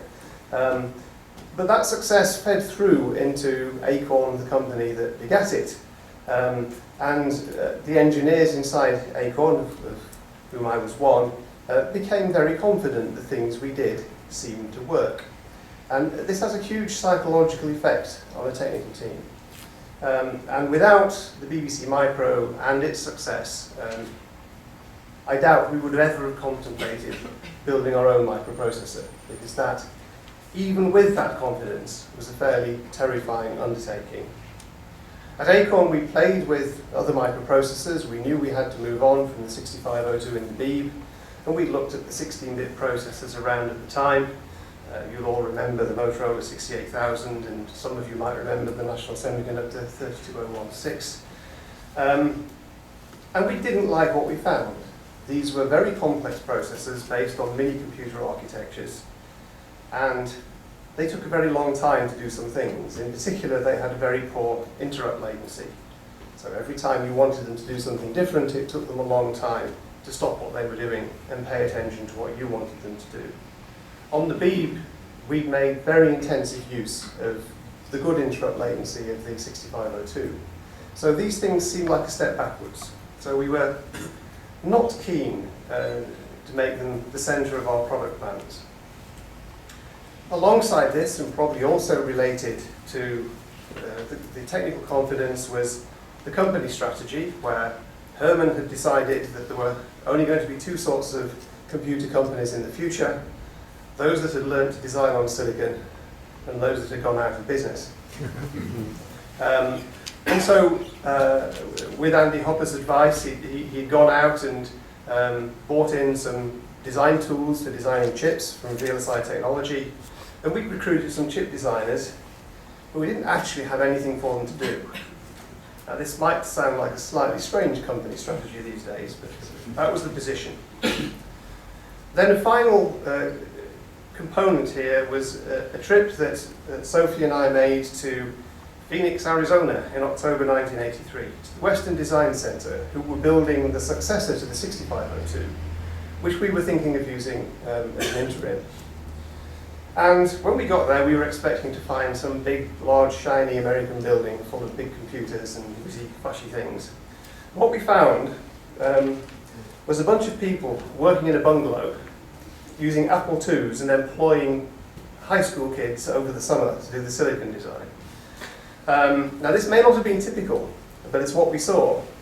And we came away from there saying, well, if they can design a microprocessor, so can we. So we came back to the UK and we formed this top secret idea, which was initially was a kind of dabbling. Sophie had already started dabbling with instruction set design before then. We kept it very secret because we actually didn't really think we'd end up with a useful microprocessor at the end of it. So we didn't tell anybody. It was known internally as Project A, and there were some other related activities in that project. But at the end of this process, 18 months later, we found ourselves with a working and rather effective ARM chip on the 26th of April 1985. When, a little time after that, we decided to make this public, I had this strange experience of ringing up journalists and saying, we'd like to tell you about our new microprocessor, and them saying, we don't believe you, and hanging up. The development of the ARM can be described fairly easily. As I said, Sophie led on the instruction set design. I wrote a BBC Basic model, which was the reference model for the designing this chip. It's 808 lines of BBC Basic, and I can show you on my laptop. I recovered it. I thought it was lost to posterity, but in fact I found it in my garage New Year's Day before last on an old BBC micro disc, and the story of how I recovered it from that is quite an interesting one. But anyway, 808 lines. In fact, I'm probably not allowed to show you all of them because ARM still thinks it's commercially confidential. But if you compare that with the many tens of thousands of lines of Verilog that describes the current ARM, it was rather efficient to do this in BBC Basic. Many people were involved in the project. The software team wrote instruction set validation software to test the processor did what we thought. And these chip designers that Herman had recruited took block specs, which I wrote, and implemented a chip design. It's come out clearer than the last time I used it. On the left-hand side of this is my original hand-drawn plot of how I thought we should structure things on the chip, and you can see it's labelled. Well, you probably can't if you're sitting anywhere behind the second row. And on the right is how the first silicon actually looked. And well, there probably isn't time to go into any detail, but it's a working microprocessor. It then started fairly quietly. Acorn produced machines that fitted into its educational marketplace based on the ARM. And these were a remarkable step up in terms of performance. You'll see here one of the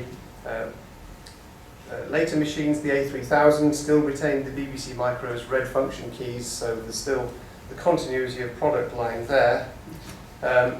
And later we produced a third version of the ARM which had some on-chip cache and went a bit faster. But this was all building machines for sale as Acorn products in the tens of thousands a year, because that was the size of the market at the time. Some integration took place to put all the components together on fewer chips. And finally, the RISC PC machines came out, which were a complete new design, higher performance, but still very much fitting into the Acorn marketplace, selling reasonably into the UK market, a few overseas, but not in any way taking the world by storm.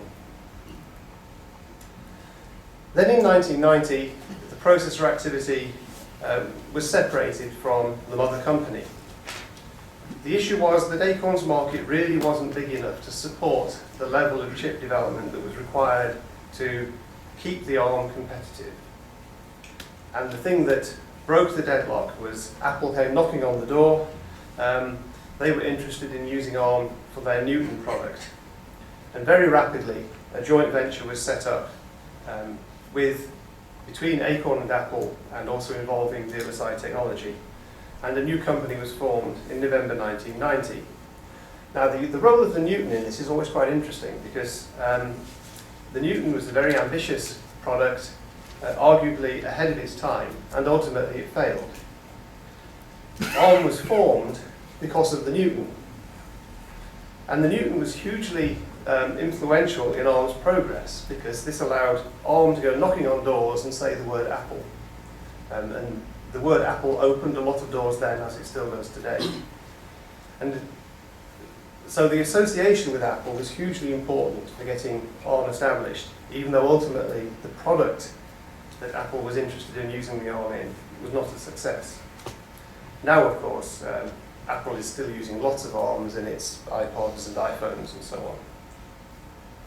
But this got the company established and its business built up. In particular, the timing was good, as in several of these stories. And in the early 1990s, the concept of systems on chip took hold. This is where, instead of building a system by buying one chip for this function and one chip for that function and then wiring them together on a printed circuit board, you identify the functions you require and put them all together on the same chip. In other words, you integrate the complete system onto a single chip. And ARM here had a huge advantage. It was smaller than the competition, and since chip real estate was still fairly tight, this meant that there was more space for the other system components. It was also a low power chip, and that again is somewhat serendipitous. In designing it at Acorn, we knew we had to keep it under a watt in order to fit in a cheap plastic package, because Acorn's market couldn't pay for the more expensive packages that would handle more heat. And the design tools available at the time were not very good. So in making sure it was under a watt, we actually brought it in at under 1/10 of a watt. And that made it very power effective in these applications. With some careful matching to the marketplace, ARM captured the mobile phone business. And of course, again, that was a very good target, because that was just beginning its exponential growth curve to the phenomenal volumes that we see today. The success also had a lot to do with the business model which Robin Saxby introduced. I'd spent some of my latter years at Acorn trying to work out how to do this as a separate business, and I could never make the numbers add up. Because I was always thinking, well, what you do is you charge royalties, but you're charging royalties on a small bit of a chip, and you get small royalties, and you have to multiply that by a very big number in order to pay for the business. Now, I'd never imagined the size of numbers we're about to get to. Robin Saxby's innovation was to say, well, yes, you get royalties, but if you want to use the chip, you pay to join the club first. So you pay something up front, and then you pay royalties downstream. And that upfront payment, of course, is wonderful for the cash flow. So that's what made the business model work. And ARM has now risen to the position where it absolutely dominates the world in the mobile and embedded processor market. It's a real UK position of strength in the global market. I can't express this any better than letting you know that recently ARM announced that its 10 billionth ARM processor had been shipped. So there are now more ARM processors on the planet than people. And a little sum I do here, which is completely uninformative but is entertaining, is that an ARM processor typically uses about 100,000 transistors if you ignore the memories that tend to come with them these days. And so those 10 billion ARMs that are being shipped, between them use about 10 to 15 transistors, which is surprising in a Hitchhiker's Guide sense, equal to the number of synapses inside one human brain. Which brings us on to the end of my story, if you like. I've been involved in and with using ARMs. I left Acorn in 1990, but I've worked with ARM throughout my time at Manchester. And my current work with ARM is the Spinnaker project, where I'm trying to use about 1 million arms in a single machine, whose connectivity is based on the connectivity inside the human brain, to see if we can simulate part of what's going on inside our heads. So that's the ARM story. I mean, most people are familiar with it. It's been a huge success, and I think it would not have happened without the BBC Micro.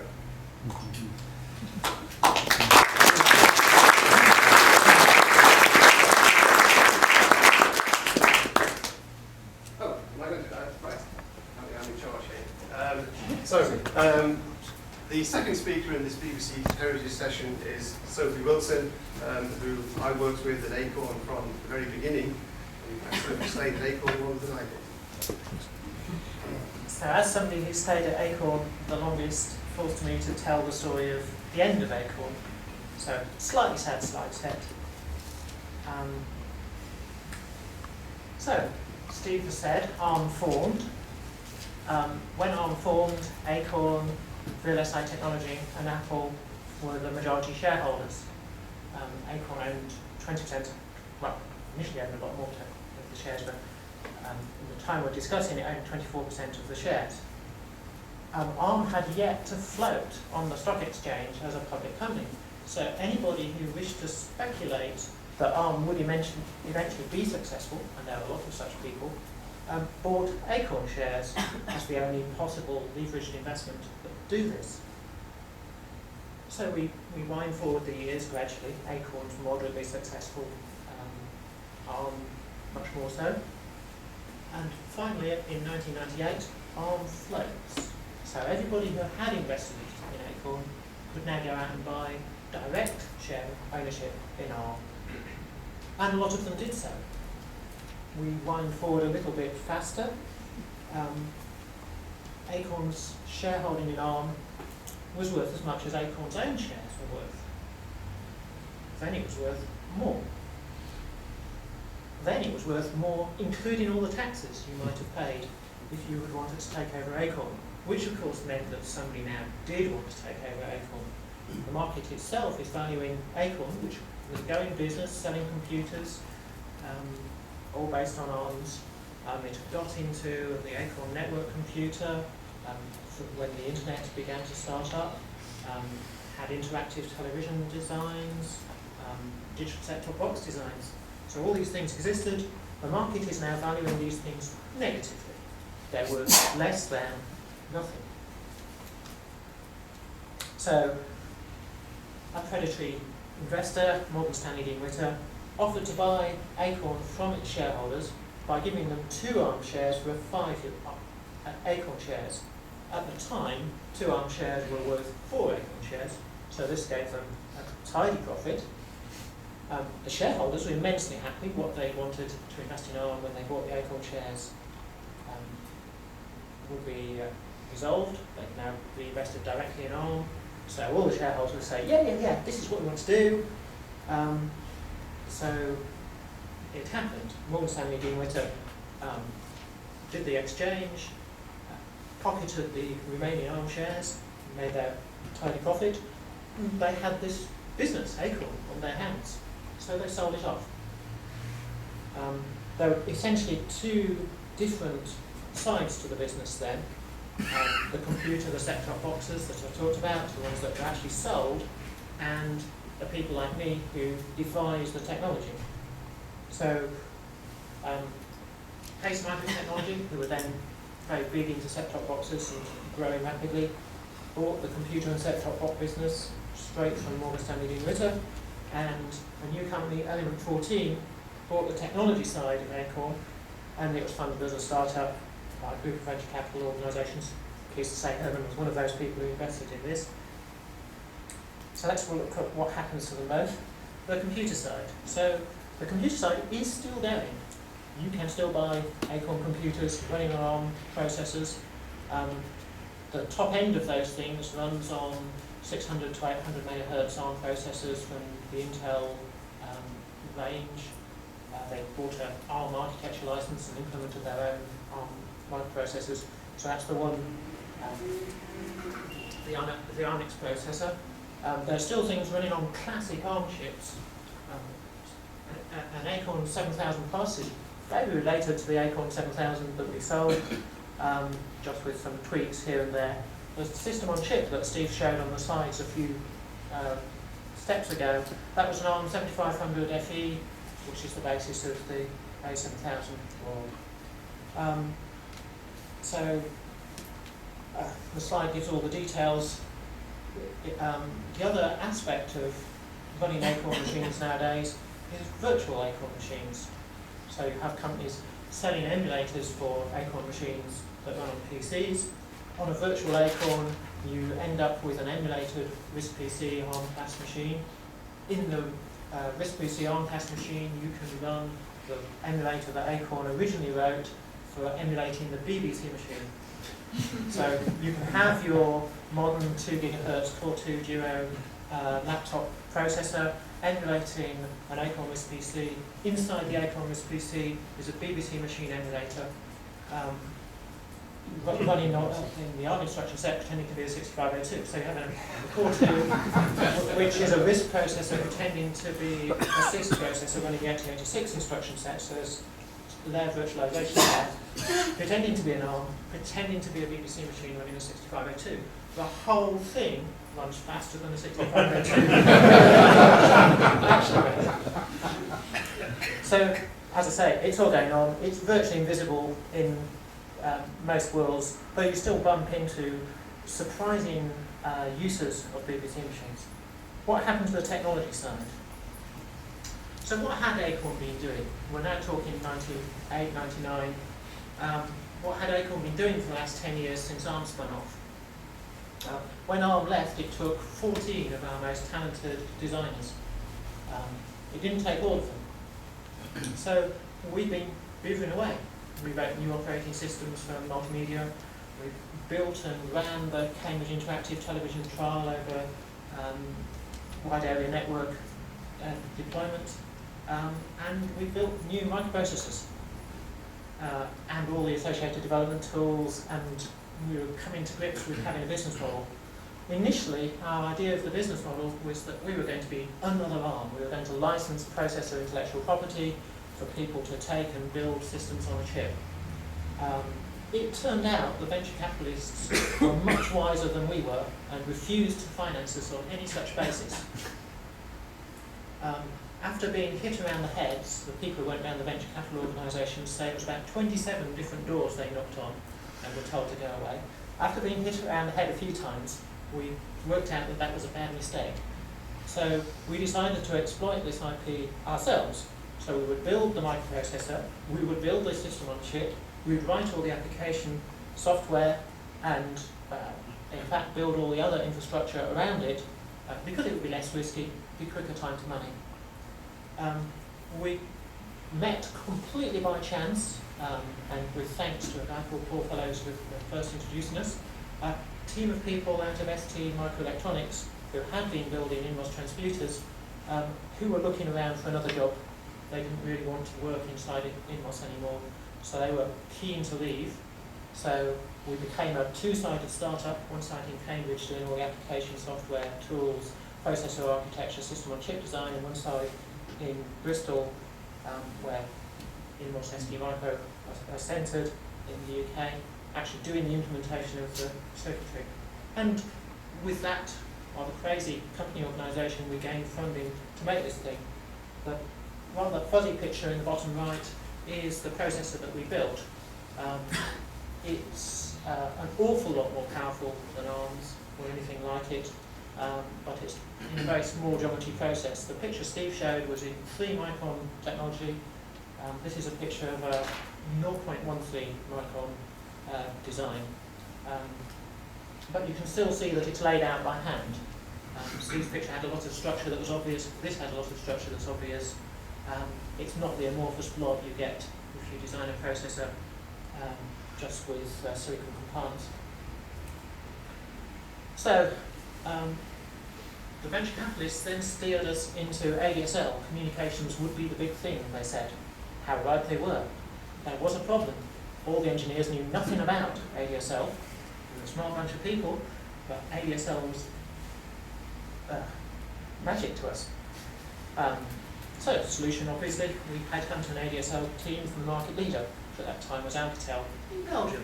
So we became a 3-site startup with a bunch of Flemish and French-speaking engineers in Belgium, and some people down in Bristol who only taught Verilog, and some people in Cambridge who tried to unite it all together. Interestingly enough, since nobody had heard of Element 14 at the time, as soon as we leveraged this design team out of Alcatel, the people at Alcatel rang up Robin Saxby at Arm and said, "You swine, you've just nicked our design team." And Robin Saxby was forced to say, "Well, I know nothing about this," because he didn't. It was us. So the firepath processor is enormously powerful. Purely in software, we can run 6 lines of ADSL. But one of the problems when we were going around the venture capitalists was going around saying to people, "Oh, we've got this chip, it's really, really powerful. If you express it in terms of MPEG-2 decodes, video decodes of full resolution television, it could decode 14 MPEG-2 streams simultaneously." So there was a great deal of, what can you do with that then, from everybody. So we ended up in central office communications where lots of telephone lines are coming in, and it's useful to have this high density compute. We built a system on chip, which we call Santorini, contained 2 firepaths and all the associated circuitry, and then we had a separate chip built by the people in Belgium who knew about analog stuff to do the analog front end, and we were sort of in deep design of these things when somebody said, "We'd like to buy you, please." I've shown pictures of the 2 chips on the slide.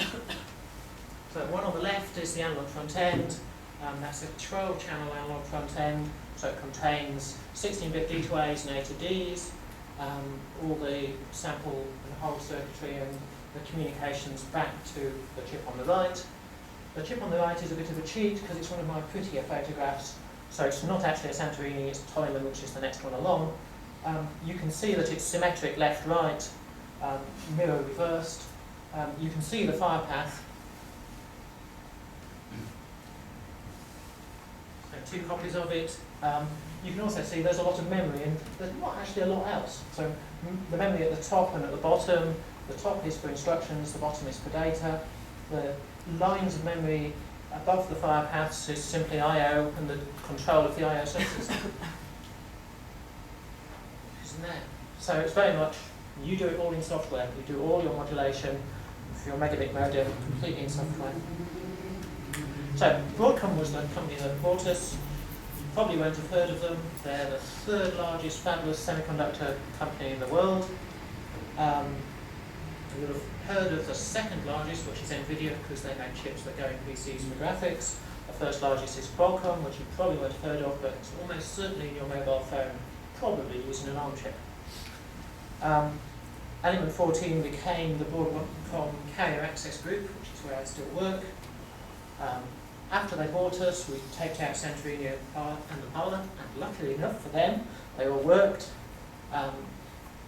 We went around everybody saying, "Hello, we're Broadcom, here are some central office DSL chips." And that was fairly slow, given we were Broadcom by then. And then we designed some successors, Timon, Meccano, Oyama, Etna, Stromboli, Methana. All our chips are named after volcanoes, and they've had ever-increasing ADSL and VDSL capabilities. And because we're all software, because we have a bunch of smart people from Acorn, we've outperformed the entire market. We have over half of them now. The thing at the bottom is actually part of a DSLAM using these chips. So each of the vertical boards is a telephone line interface, analog front end, and that one's Santorini, running DSL modems.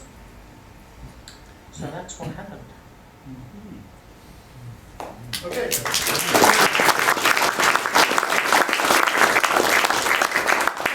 Thank you, Sophie. Another rich line of heritage emerging from Acorn, driven by the BBC Micro, can be traced through the Olivetti Research Labs. And Chris Turner, who was chief engineer at Acorn from the very outset, can tell us that story.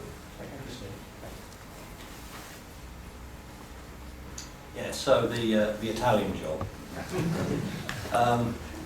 Many of you will know that early in 1985, Olivetti acquired a 49% stake in Acorn, and later on that was followed by a majority shareholding takeover, and we became an Olivetti company. One very good outcome of that was that Herman was appointed Olivetti's Vice President of Research, and one of the first things Herman did was to bring some lira back to Cambridge and set up a technology research lab, which was led by Andy Hopper. Now, this lab's research centred around multimedia communications, and we were using our fast networking technology, the Cambridge Ring, that had been developed in Cambridge. And we undertook a number of joint projects with the University Computer Laboratory. These projects included work on storing multimedia video files, exploring new storage emerging media like CD-ROMs, working on information retrieval, and some of the projects were major European Esprit research projects. And some of the works, the lab's work, was partly inspired by the Domesday project that George and Christian mentioned earlier. But our lab's researchers saw a very different view of multimedia and interactive video. They felt that the publishing model was less attractive because of the time it took to publish and the investment that was required, and what we needed was desktop audio-video capture and communication, combined with real-time networking that allowed people to communicate immediately in multimedia. And so we set off down that complementary strand of what people were then calling, and Christian, you mentioned this as well, the 4 Cs, the convergence of computing, communications and content all into a multimedia computing package. The lab was called the Olivetti Research Laboratory, or ORL, and it ran from 1987 until 2002, during which time it was later joint owned by Digital Equipment, and then it latterly became an AT&T research laboratory. And from the ORL lab, or the AT&T lab, we saw a new generation of technology platforms and start-up companies emerging in Cambridge.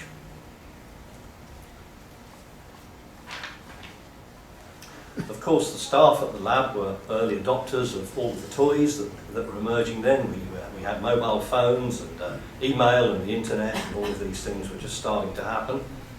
And these were very exciting times in computing research, because although many generations of Moore's law have passed since, in those days computers couldn't handle any real-time video and media compression standards like JPEG or MPEG were only just beginning to emerge. So we designed and built and deployed hardware and software systems to capture and deliver multimedia over networks in real time. And we prototyped exciting applications and pioneered technology that today you would look at and think, well, that's Skype. But remember, this was still 20 years ago. And this work was complemented with location-based services using our active badges that everybody wore and would tell you where everybody was in the building. And that gave us user environments that followed you around. So you moved from one office to another, and your computer desktop would pop up on the screen nearest to you. And this work led to a company that's alive and well in Cambridge today called VNC, which looks after this virtual networking computing.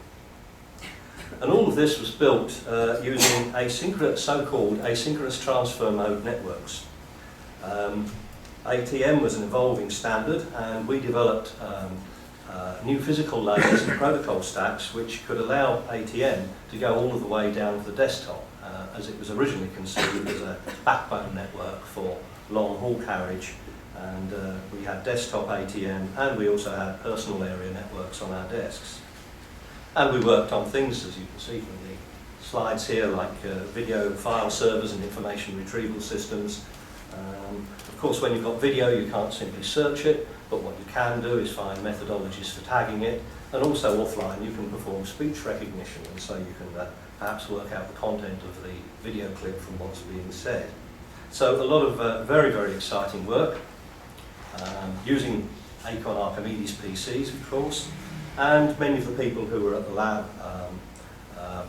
had worked at Acorn or were from the computer lab, but very much influenced by the work of Acorn.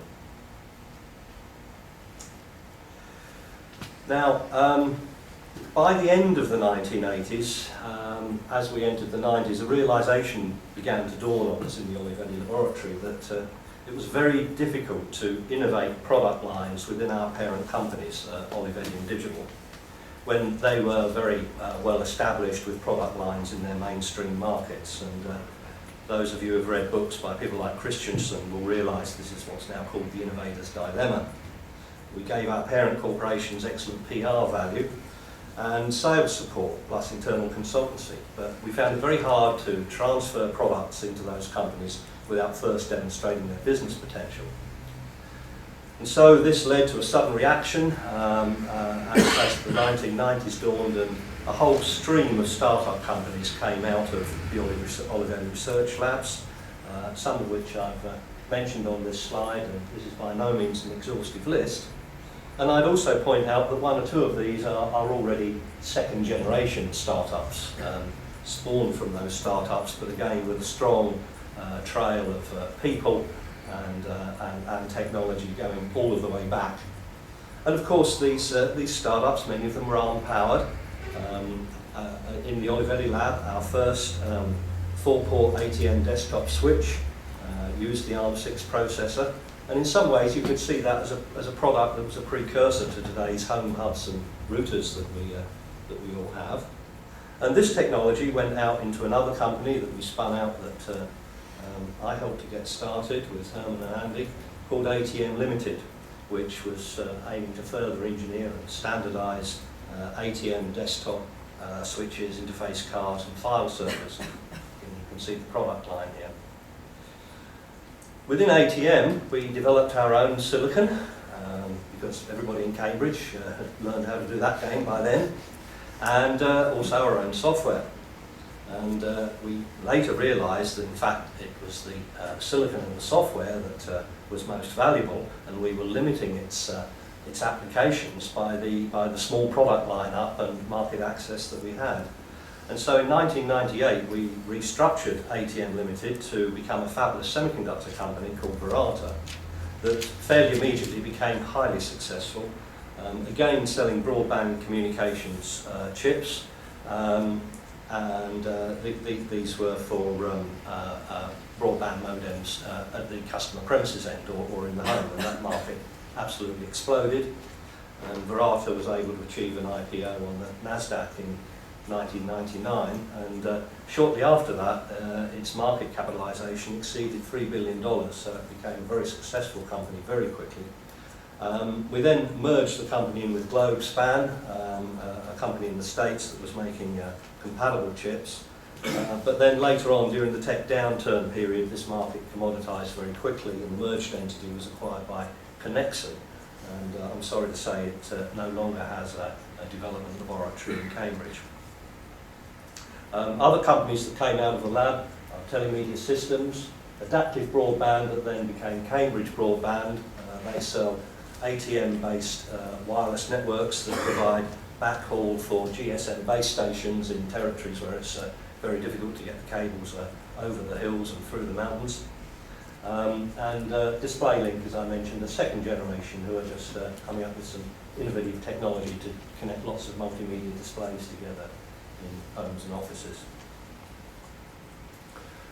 And so the Cambridge phenomena continues, and most of the companies and most of the people came through Acorn or were part of the great group of people in Cambridge and around the computer lab that helped us get the BBC Micro and the successive machines out, or who wrote designed peripherals, or who wrote games, and so on. Some of these companies are still with us and growing and new, others have been and gone already. But interestingly, you'll note that many people are cotton on the fact that A seems to be a lucky letter to start your company name with in Cambridge, and there are lots of companies beginning with A still. Many of the companies now focused on chip design as opposed to system design, a lot of software, and many of them use ARM chips, of course. I guess the concluding remark that I would make personally is that as I still go around the technology industry worldwide, I meet a tremendous number of people and engineers who learned their programming skills and design skills on BBC Micros. Because of course, just as some of us in our 30s were designing and getting these computers built, so there were 15-year-olds learning to program for the first time. And it was the open architecture of the BBC Micro and the fact that you had to program so close to the metal that led to the output, a whole generation of engineering graduates in software and engineering science who really understood how to program small, real-time embedded systems. And those engineers are the enablers of most technology companies. And I just hope that we'll find some other project that produces more generations of such highly talented engineers. Thank you.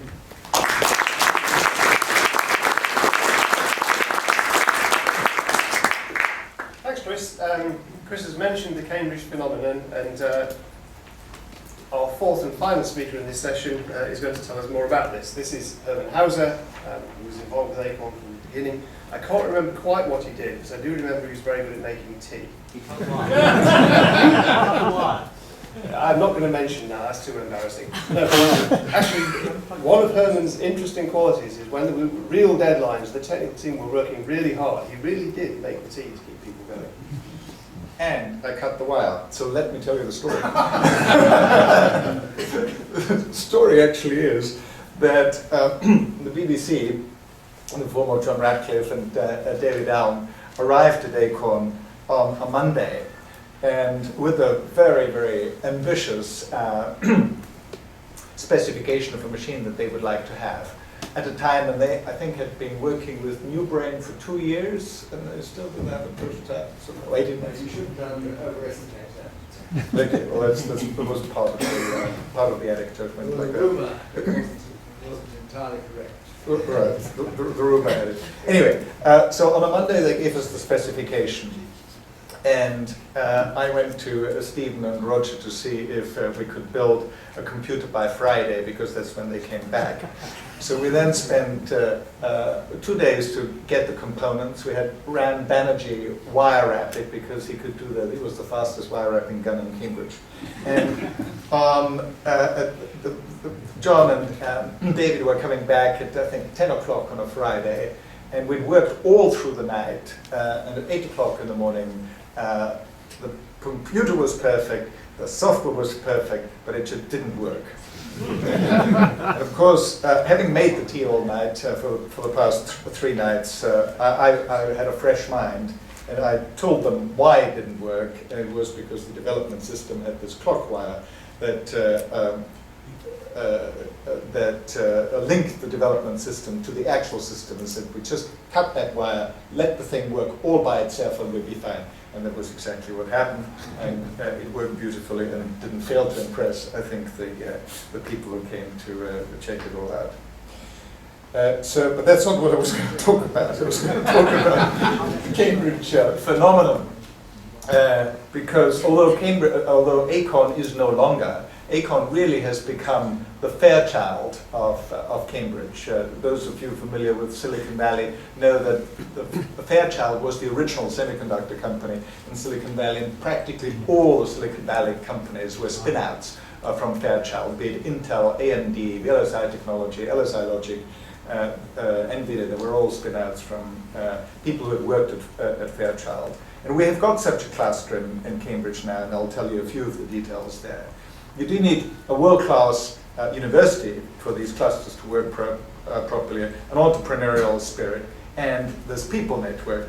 And here is some research that was done by the Judge Institute about the university and Acorn in particular.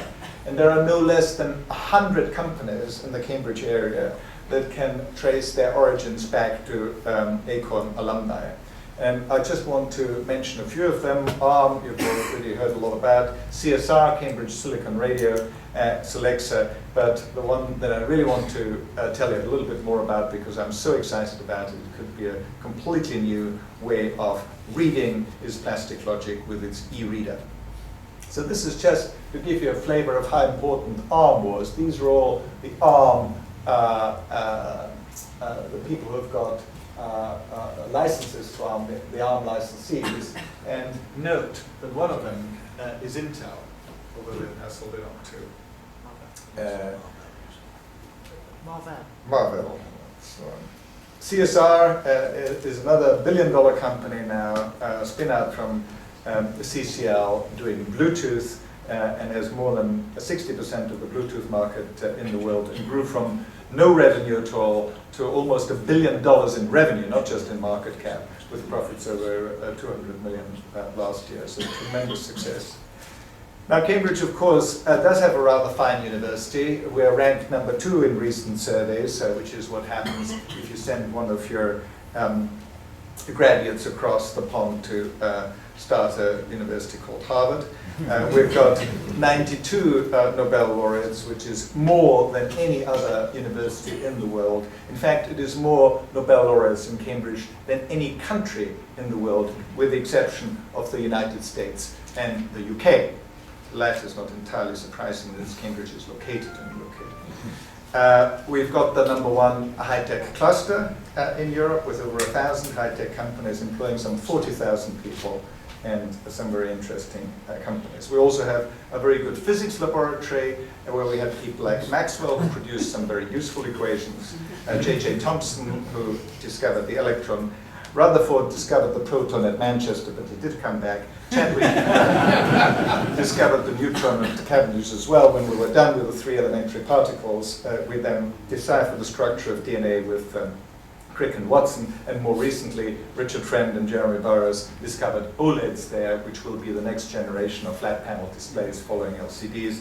But what I want to spend the last few slides on is really a total breakthrough.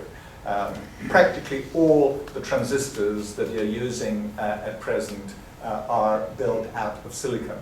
And we have discovered a way of building transistors based on polymers, on plastic. And this is a breakthrough that was done in the Cavendish laboratory.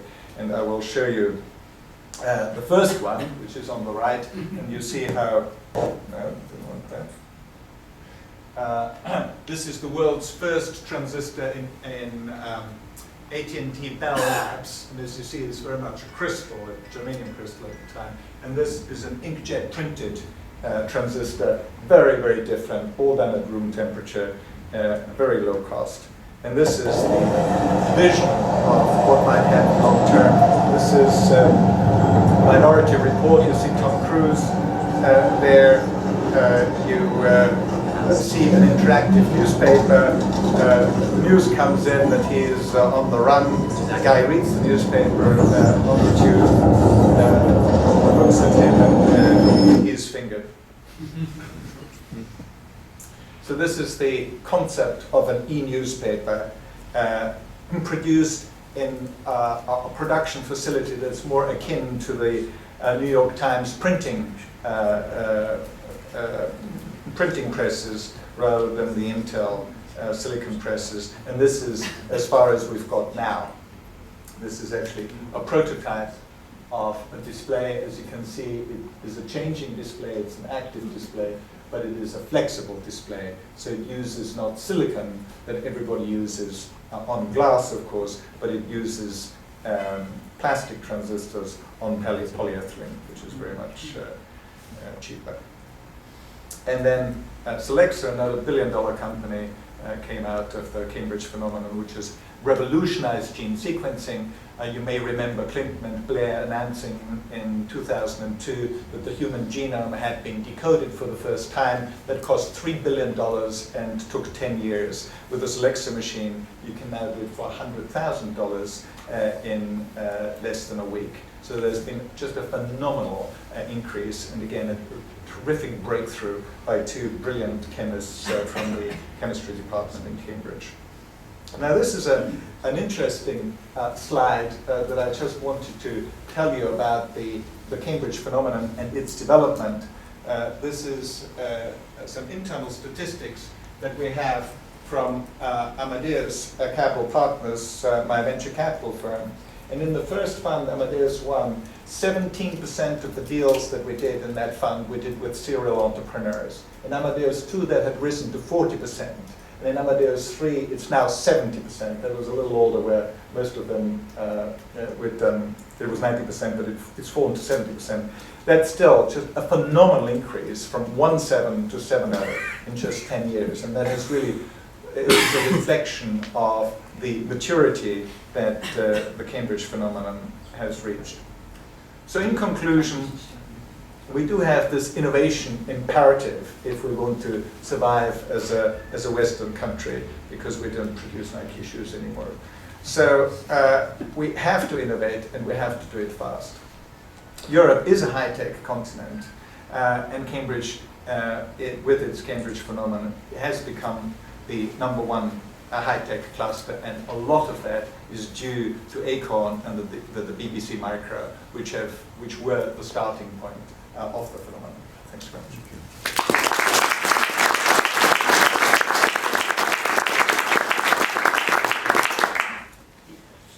Thank you very much, Herman. So that winds up this session on the BBC Micro heritage. I hope we've conveyed in this rather short time the impression that relationship between Acorn and the BBC was very much a catalyst for a whole series of things. And of course, who knows what would have happened without it? It's very hard to say.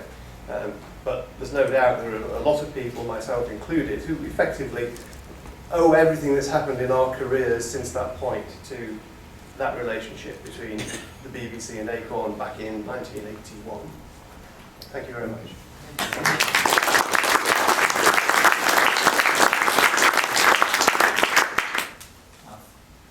Finally, and swiftly, we'll come back to computers in education, which is the final bit of the legacy that we wanted to explore a little bit.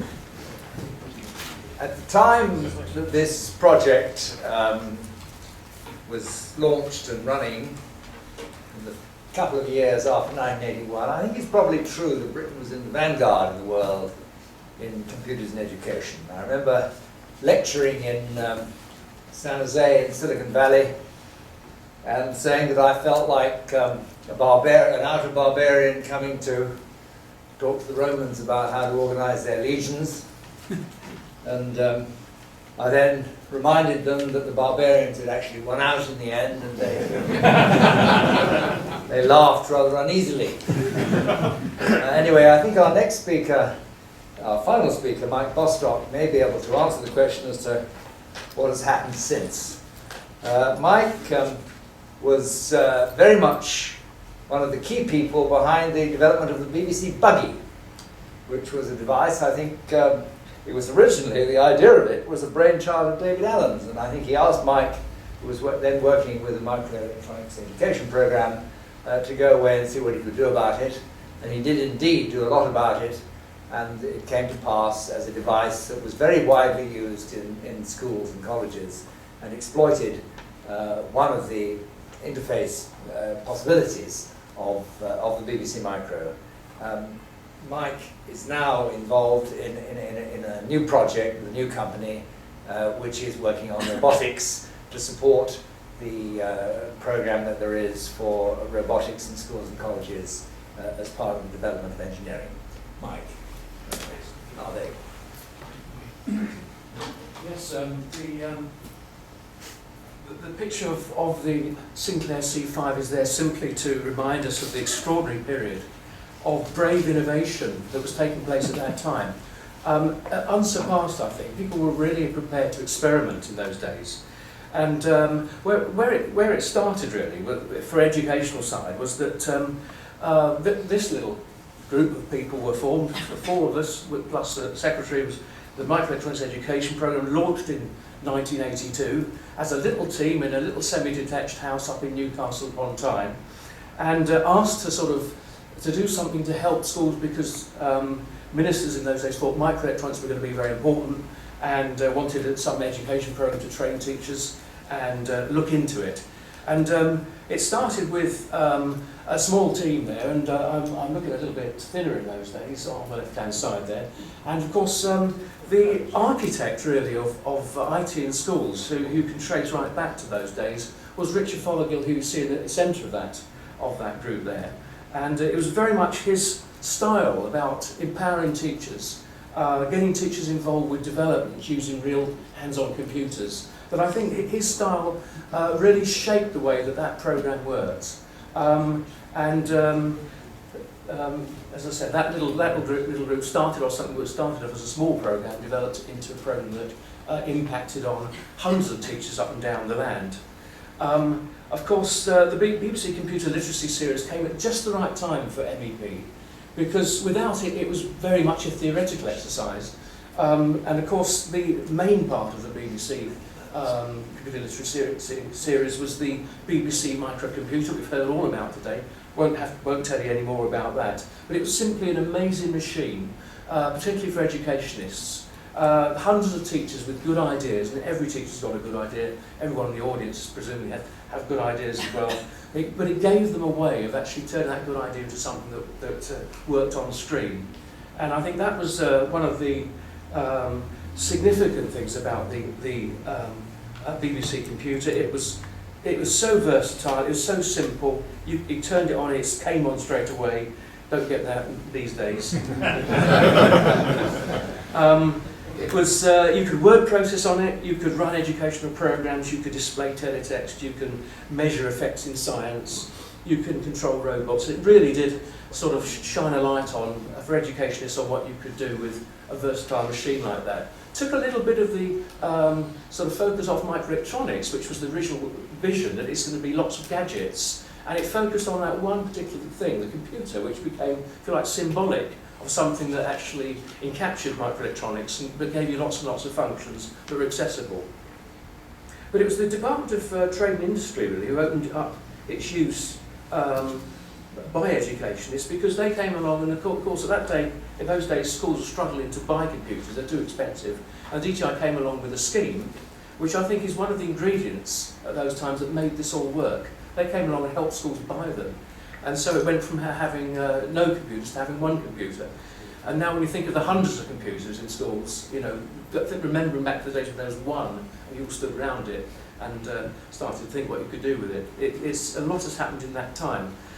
But it wasn't all smooth running, though, getting computers in schools. And of course, they then started to come out, and they were supplied by local authorities into schools. A little story that Neil McLean tells. He's now a director of Bector. He tells this story. Years ago, when I was an LEA advisor, every school had a BBC Micro as part of the government's initiative. After about 2 years of using a television with it, BBC monitors became available. One day, I got a call from school. They were very happy with their new monitor, except for one thing. When you switched on the computer, the logo and the 32K message were no longer appearing in the top left of the screen. Instead, they appeared in the bottom right. They twiddled all the knobs on top of the screen, but it hadn't made a blind bit of difference. I had the thankless task, said Neil, of trying to explain over the phone that they had to turn the screen over and that the 4 knobs were in fact the rubber feet of the monitor.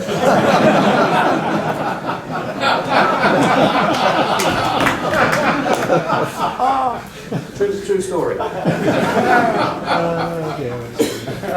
My modest contribution to all this was this little chappie, the BBC buggy, and you can see it actually 6 minutes of the episode that featured it from that URL there if you want to distribute it and have a look. It's got a quick, very interesting programme which John and Ian McNaughton obviously fronted, which shows you, I think rather marvellously, that you sit in front of the computer and type in an arrow plus a number equals 1 and a light comes on.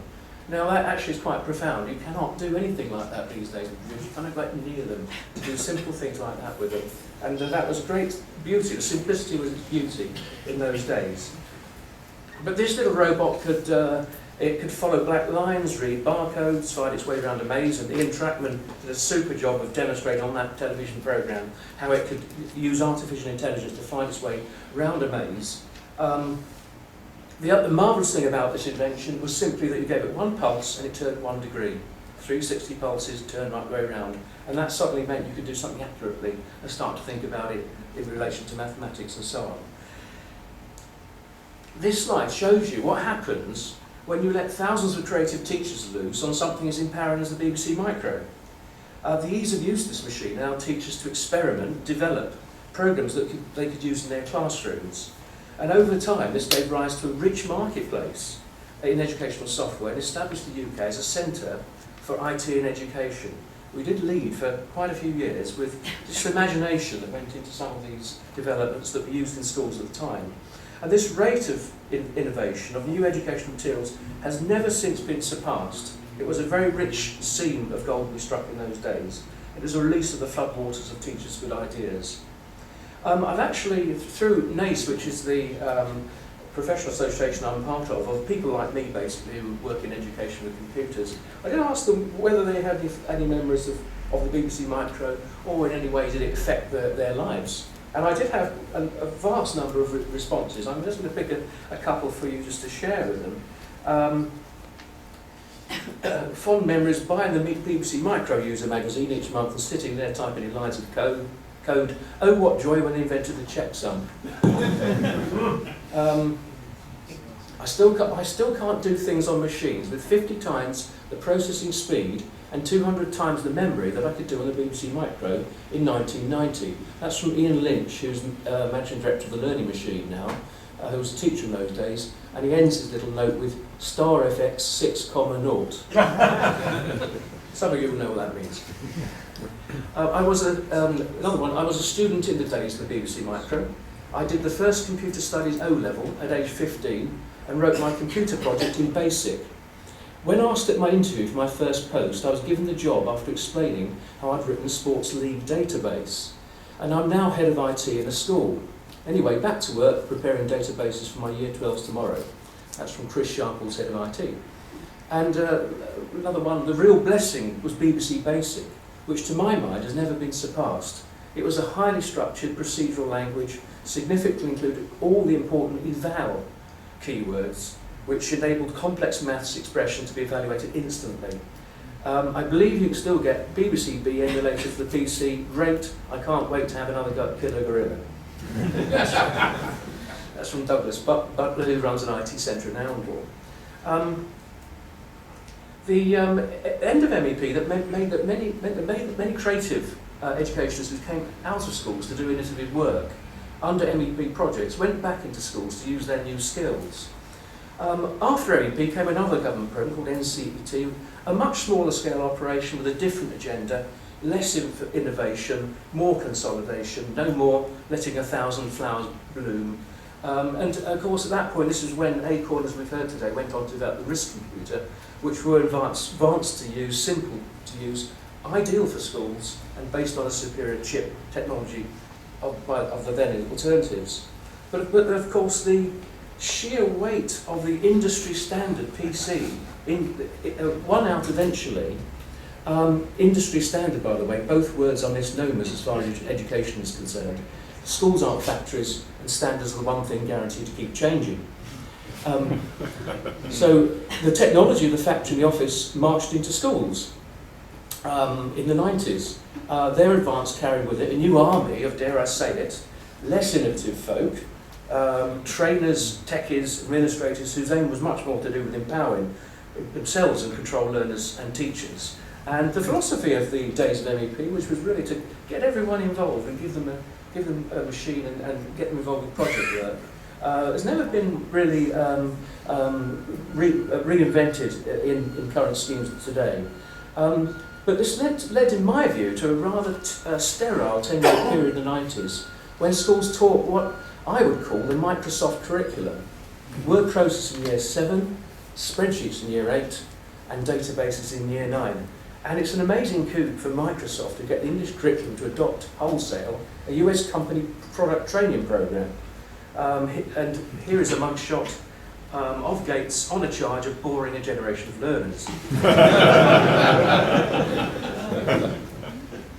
This period is referred to by John Davitt, who's an author and guardian friend of mine, as the officification of the school curriculum. Note the word, it's not ossification, it's officification, which is named after the domination of Microsoft Office for use on school computers. And of course at that point, the sad history we've had of Acorn falling aside, being swamped really in schools by, the Acorn enthusiasts were there still, but PCs came in and swept out Acorns from classrooms. And we had a curriculum that matched the use of those machines in offices for quite some time.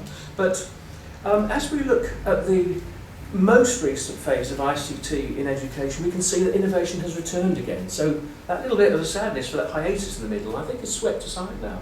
The internet has established a huge new dimension to the scope of ICT with Web 2 and parallel developments which now place web authoring, games authoring, video production in the hands of learners and teachers. And I've seen some very exciting work in schools in recent times. In pretty well every classroom you go in now, you'll see interactive whiteboards now being provided, a major medium for teaching and learning, and a major way of getting teachers confident in using technologies as well. The government, in a succession of initiatives in recent times, has encouraged the growth of ICT in education in order to transform how children learn. It's a big ambition, transform how they learn. And it's a hard act to meet, really, because although there is real evidence that ICT works, it does make education better, it is notoriously difficult to make it work without really trying to change the way schools work around them. Schools then tend to constrain the way computers work. They're never quite in the right place. And I think it's with projects that actually try to change the way that schools work that you see some of the big differences. But it is the case today that few learners can achieve what they do without computers. And indeed, they are now ubiquitous, and we've gone from one computer to school to hundreds of computers in schools. It's now inescapable from good teaching and learning. And Ofsted has shown that in the very best schools you always find the very best use of ICT. You don't find good schools without also good uses of computers, and they go together hand in hand, thinkers and learners together. The legacy for education is that the arrival of the BBC computer was the single most significant event, in my judgment, in the history of IT in schools. It enabled so much, and even after some rather slower middle years of development, we can now see the lasting impact in the work of schools today, and with it confident teachers and successful learning enabled by IT. Education perhaps didn't change as rapidly as we were forecasting some 20 years ago. We were saying it's all going to be, silver suits tomorrow and those sorts of things. But it didn't happen that quickly. But because of this development, the vital role of ICT for promoting effective learning is now well established in our educational system.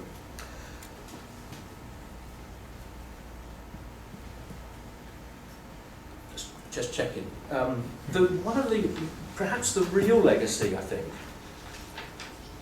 and running alongside the popular philosophy is one much more in tune, I think. And we've heard how Acorn really sort of merged into Apple and other offshoot spin-off companies. But I think I'd like to suggest that the true spirit of Acorn, that pioneering spirit for change, personalisation and so forth, has actually been inherited, I think, by this company, Apple.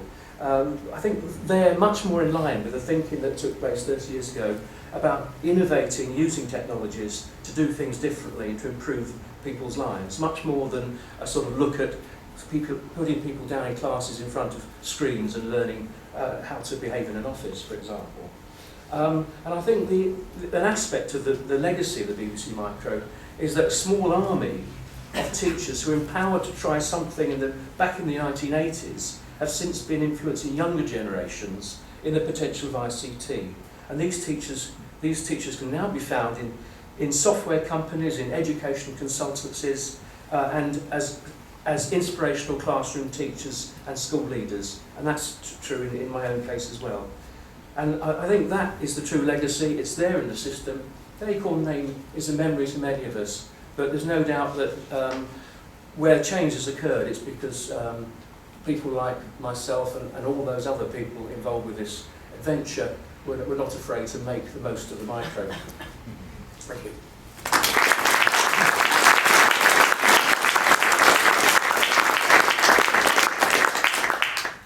Now we've overrun our time, but David has said that he will preside over a question and answer session if there are any questions that anyone would like to ask or any points they'd like to make if we haven't totally exhausted you. Perhaps we could just have a few minutes of questions and answers, could we? If we could have Herman up in the front here, and if we could have Mike and George, would you like to answer for the BBC?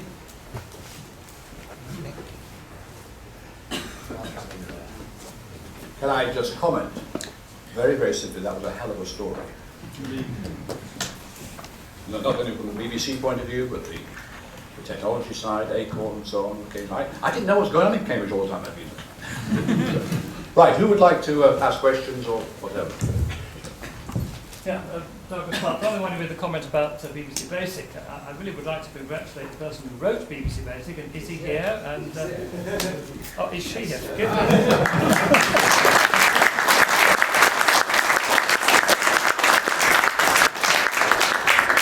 David Allen. There is an interesting part of the story which is untold here. Before the BBC actually got into bed with Acorn and became, as it were, tainted by trade, we had, as it were, a more purist approach. We wanted a structured basic to use in the series, and John Cole, who's sitting here, I think was the chairman of Muse, micro-muses in secondary education, devised a form of basic that was called ABC, which was adopted basic for computers, which eventually effectively became BBC. And we actually had a meeting in Cavendish Square where we brought all the manufacturers together that we could find, including American ones, including, I remember Tandy and Apple were there. And we said to them, would you like to implement this form of BASIC? And the DTI was sitting there and so on at the same time. And they said, we'd love to, provided the DTI pays. DTI wasn't very keen on paying, which was quite interesting. So ABC, adopted basic computers, effectively became part of the specification for the machine. And before Acorn, there was yet another little bit of the story, which the BBC being obviously very nervous about going to commercial camps, went to a company which was funded, effectively funded publicly, which was Newbury. Remember Newbury, John? And the new brain, as it was called, was originally going to be the BBC machine. They failed to come up with anything that really worked. They were one of the 6 companies that John mentioned. It's an interesting little part of that story.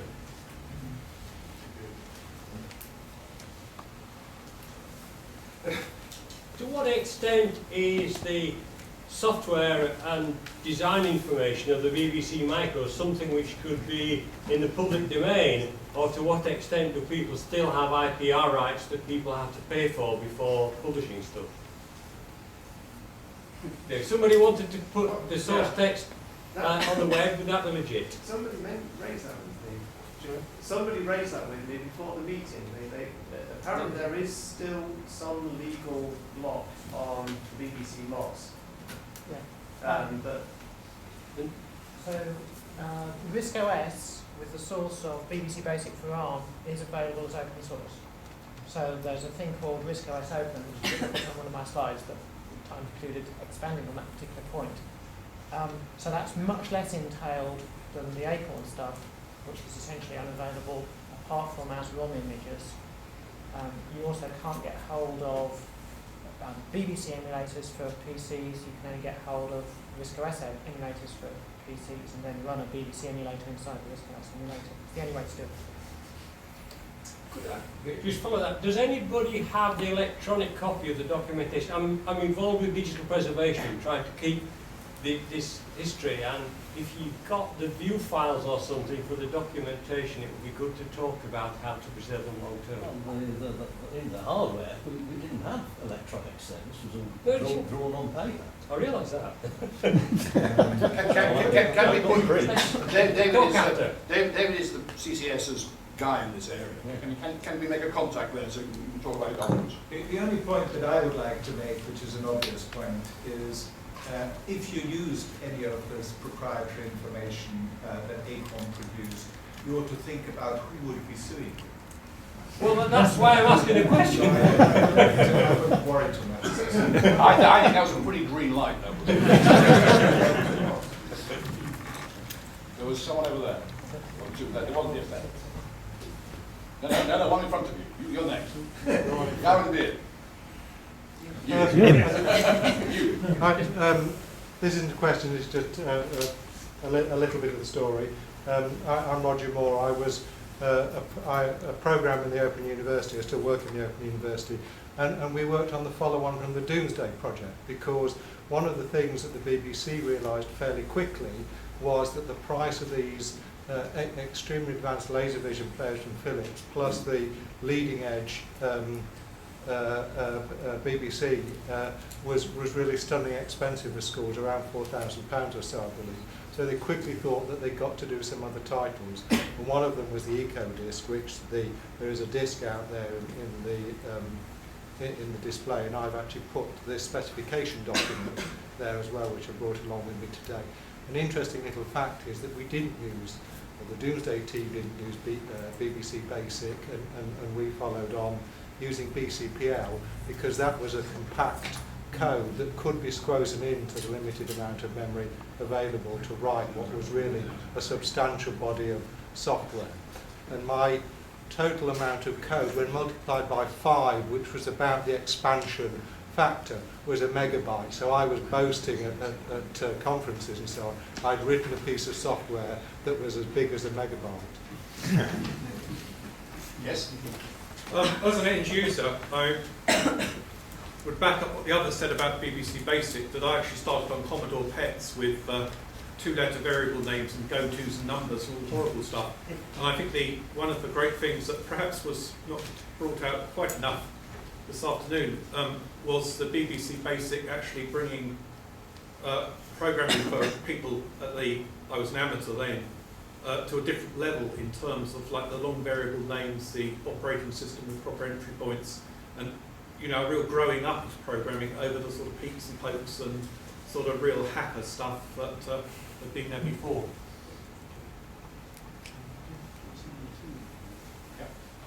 I'll just ask I'm the generation that really learnt on this, so thank you for the gift of the interest in IT and programming and all those things. I'd like to sort of ask you, BBC Basic was a good language to start with. What would you teach children now? School level, all of you. Mac.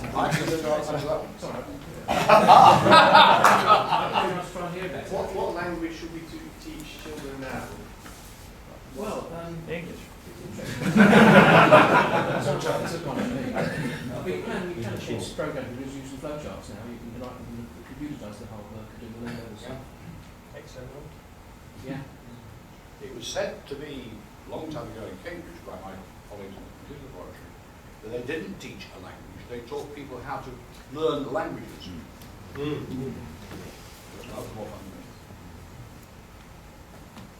There's more one somewhere.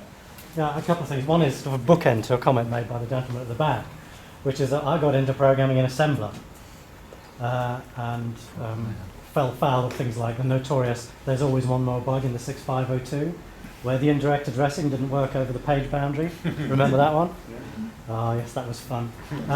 But in relation to BCPL, I helped set up the Domesday project with Peter Armstrong, and also been involved in trying to preserve it. And we've still got this hope that the BCPL synth code could be run in a contemporary virtual machine, but we seem to have reached a block that there doesn't appear to be a 16-bit virtual machine that will run in a 32-bit processor. It has to be 16-bit because in order to make it work, Logica made some little assumptions about things to do with the top bit, and if you try and do that in a 32-bit environment, it doesn't work. But it would be really nice if we were able to make the Domesday project and the other disks that were made for the system accessible again by taking this code. That one of the reasons we chose BCPL was it was a virtual machine, it was relatively easy to port. Logica did produce a version of both the Domesday project and the EcoDisk that ran on the Archimedes, because the BCPL could be lifted straight from the BBC Micro environment and plonked into the Archimedes environment. So if anybody has a 16-bit BCPL virtual machine that will run on a PC or a Mac or a Unix box or anything, then let me know, because that's the next thing that we want to try and do to preserve that. That's those of us kind of working in the 14th from the left Domesday project preservation, because there's a lot of us. Thank you. Firstly, let me congratulate Acorn for producing such a fine machine, but I'm looking at it from the other end of the telescope. I was actually presenting this, which had significant changes on my life. Every time I went into a pub or into a restaurant where people would come, a certain set of the population would come and talk to me and ask me questions about computers. That set consisted exclusively of women. And every one of them, with almost always without exception, were school teachers. And they said, we've been watching you on television every day, and you're doing this, and you're doing that, and you're doing the other, and you seem like a familiar friend. You must know everything about computers, which wasn't the case. So, and then, not very long ago, a couple of years ago, I was in the Windsor Castle pub in Notting Hill Gate, or near Notting Hill Gate, and I was approached by somebody. He said, I'm a friend of mine who'd like to meet you. He said, do you mind speaking to us? I'm all right, yes, fine. So this guy came up to me and he said, you're Ian McNulty. I said, yes, that's right. He said, you had a terrific impact on my life. I said, in what way?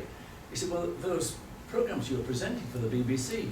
And I thought, he said to me that's what I wanted to do. And he said, so I set up my own company and I'm now running it. And I have subsidiaries in France and in Holland. He said, it all started off from that computer program. And he said, we just took it and got the machine, and we learned from that. We've got other machines, and we set up a whole company, writing software for various things and so on and so forth. Which I thought was very impressive, and a nice thing for him to say, and he bought me a pint of beer, which was even more impressive. However, I was up in North Wales, where I go climbing quite often, and I know a lot of climbers there, and one of these climbers came up to me and he said, you're Mac, aren't you? I said, that's right. He said, aye.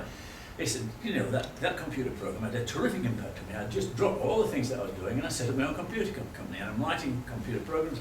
This is a couple of years ago, and I'm writing computer programs. I'm supporting people who've got computers in their homes, whatever computers, they might be PCs, they could be Apples, and that's what I do, and that's what my company does.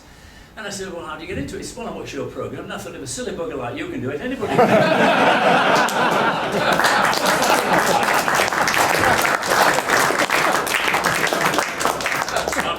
Spectrum. Time has gone on, and I think that's a good way to end this. Thank you, Ian. Before thanking our speakers, I've been asked to say that the Sound Museum wants to organise a photograph of a number of people. So please, when I read your names out, don't go. Help it. There's John Radcliffe, David Allen, please, if you could stay. Paul Kriwaczek. Okay. Steve Werber, Andy Hopper's not here. Herman Hauser, Chris Curry, Sophie Wilson, David Kitson, Richard Russell, John Cole, Ian McNulty-Davis, Chris Searle, Lawrence Hardwick, David Bell, Chris Turner, and Steve Lowry. So if you could sort of somewhere out there, in the photo back, call. the directors In the direction of the room there.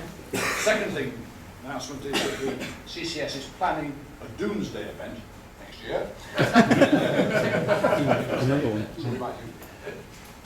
I just want to thank the speakers. I'm not going to name them all because there's a lot of them to do that.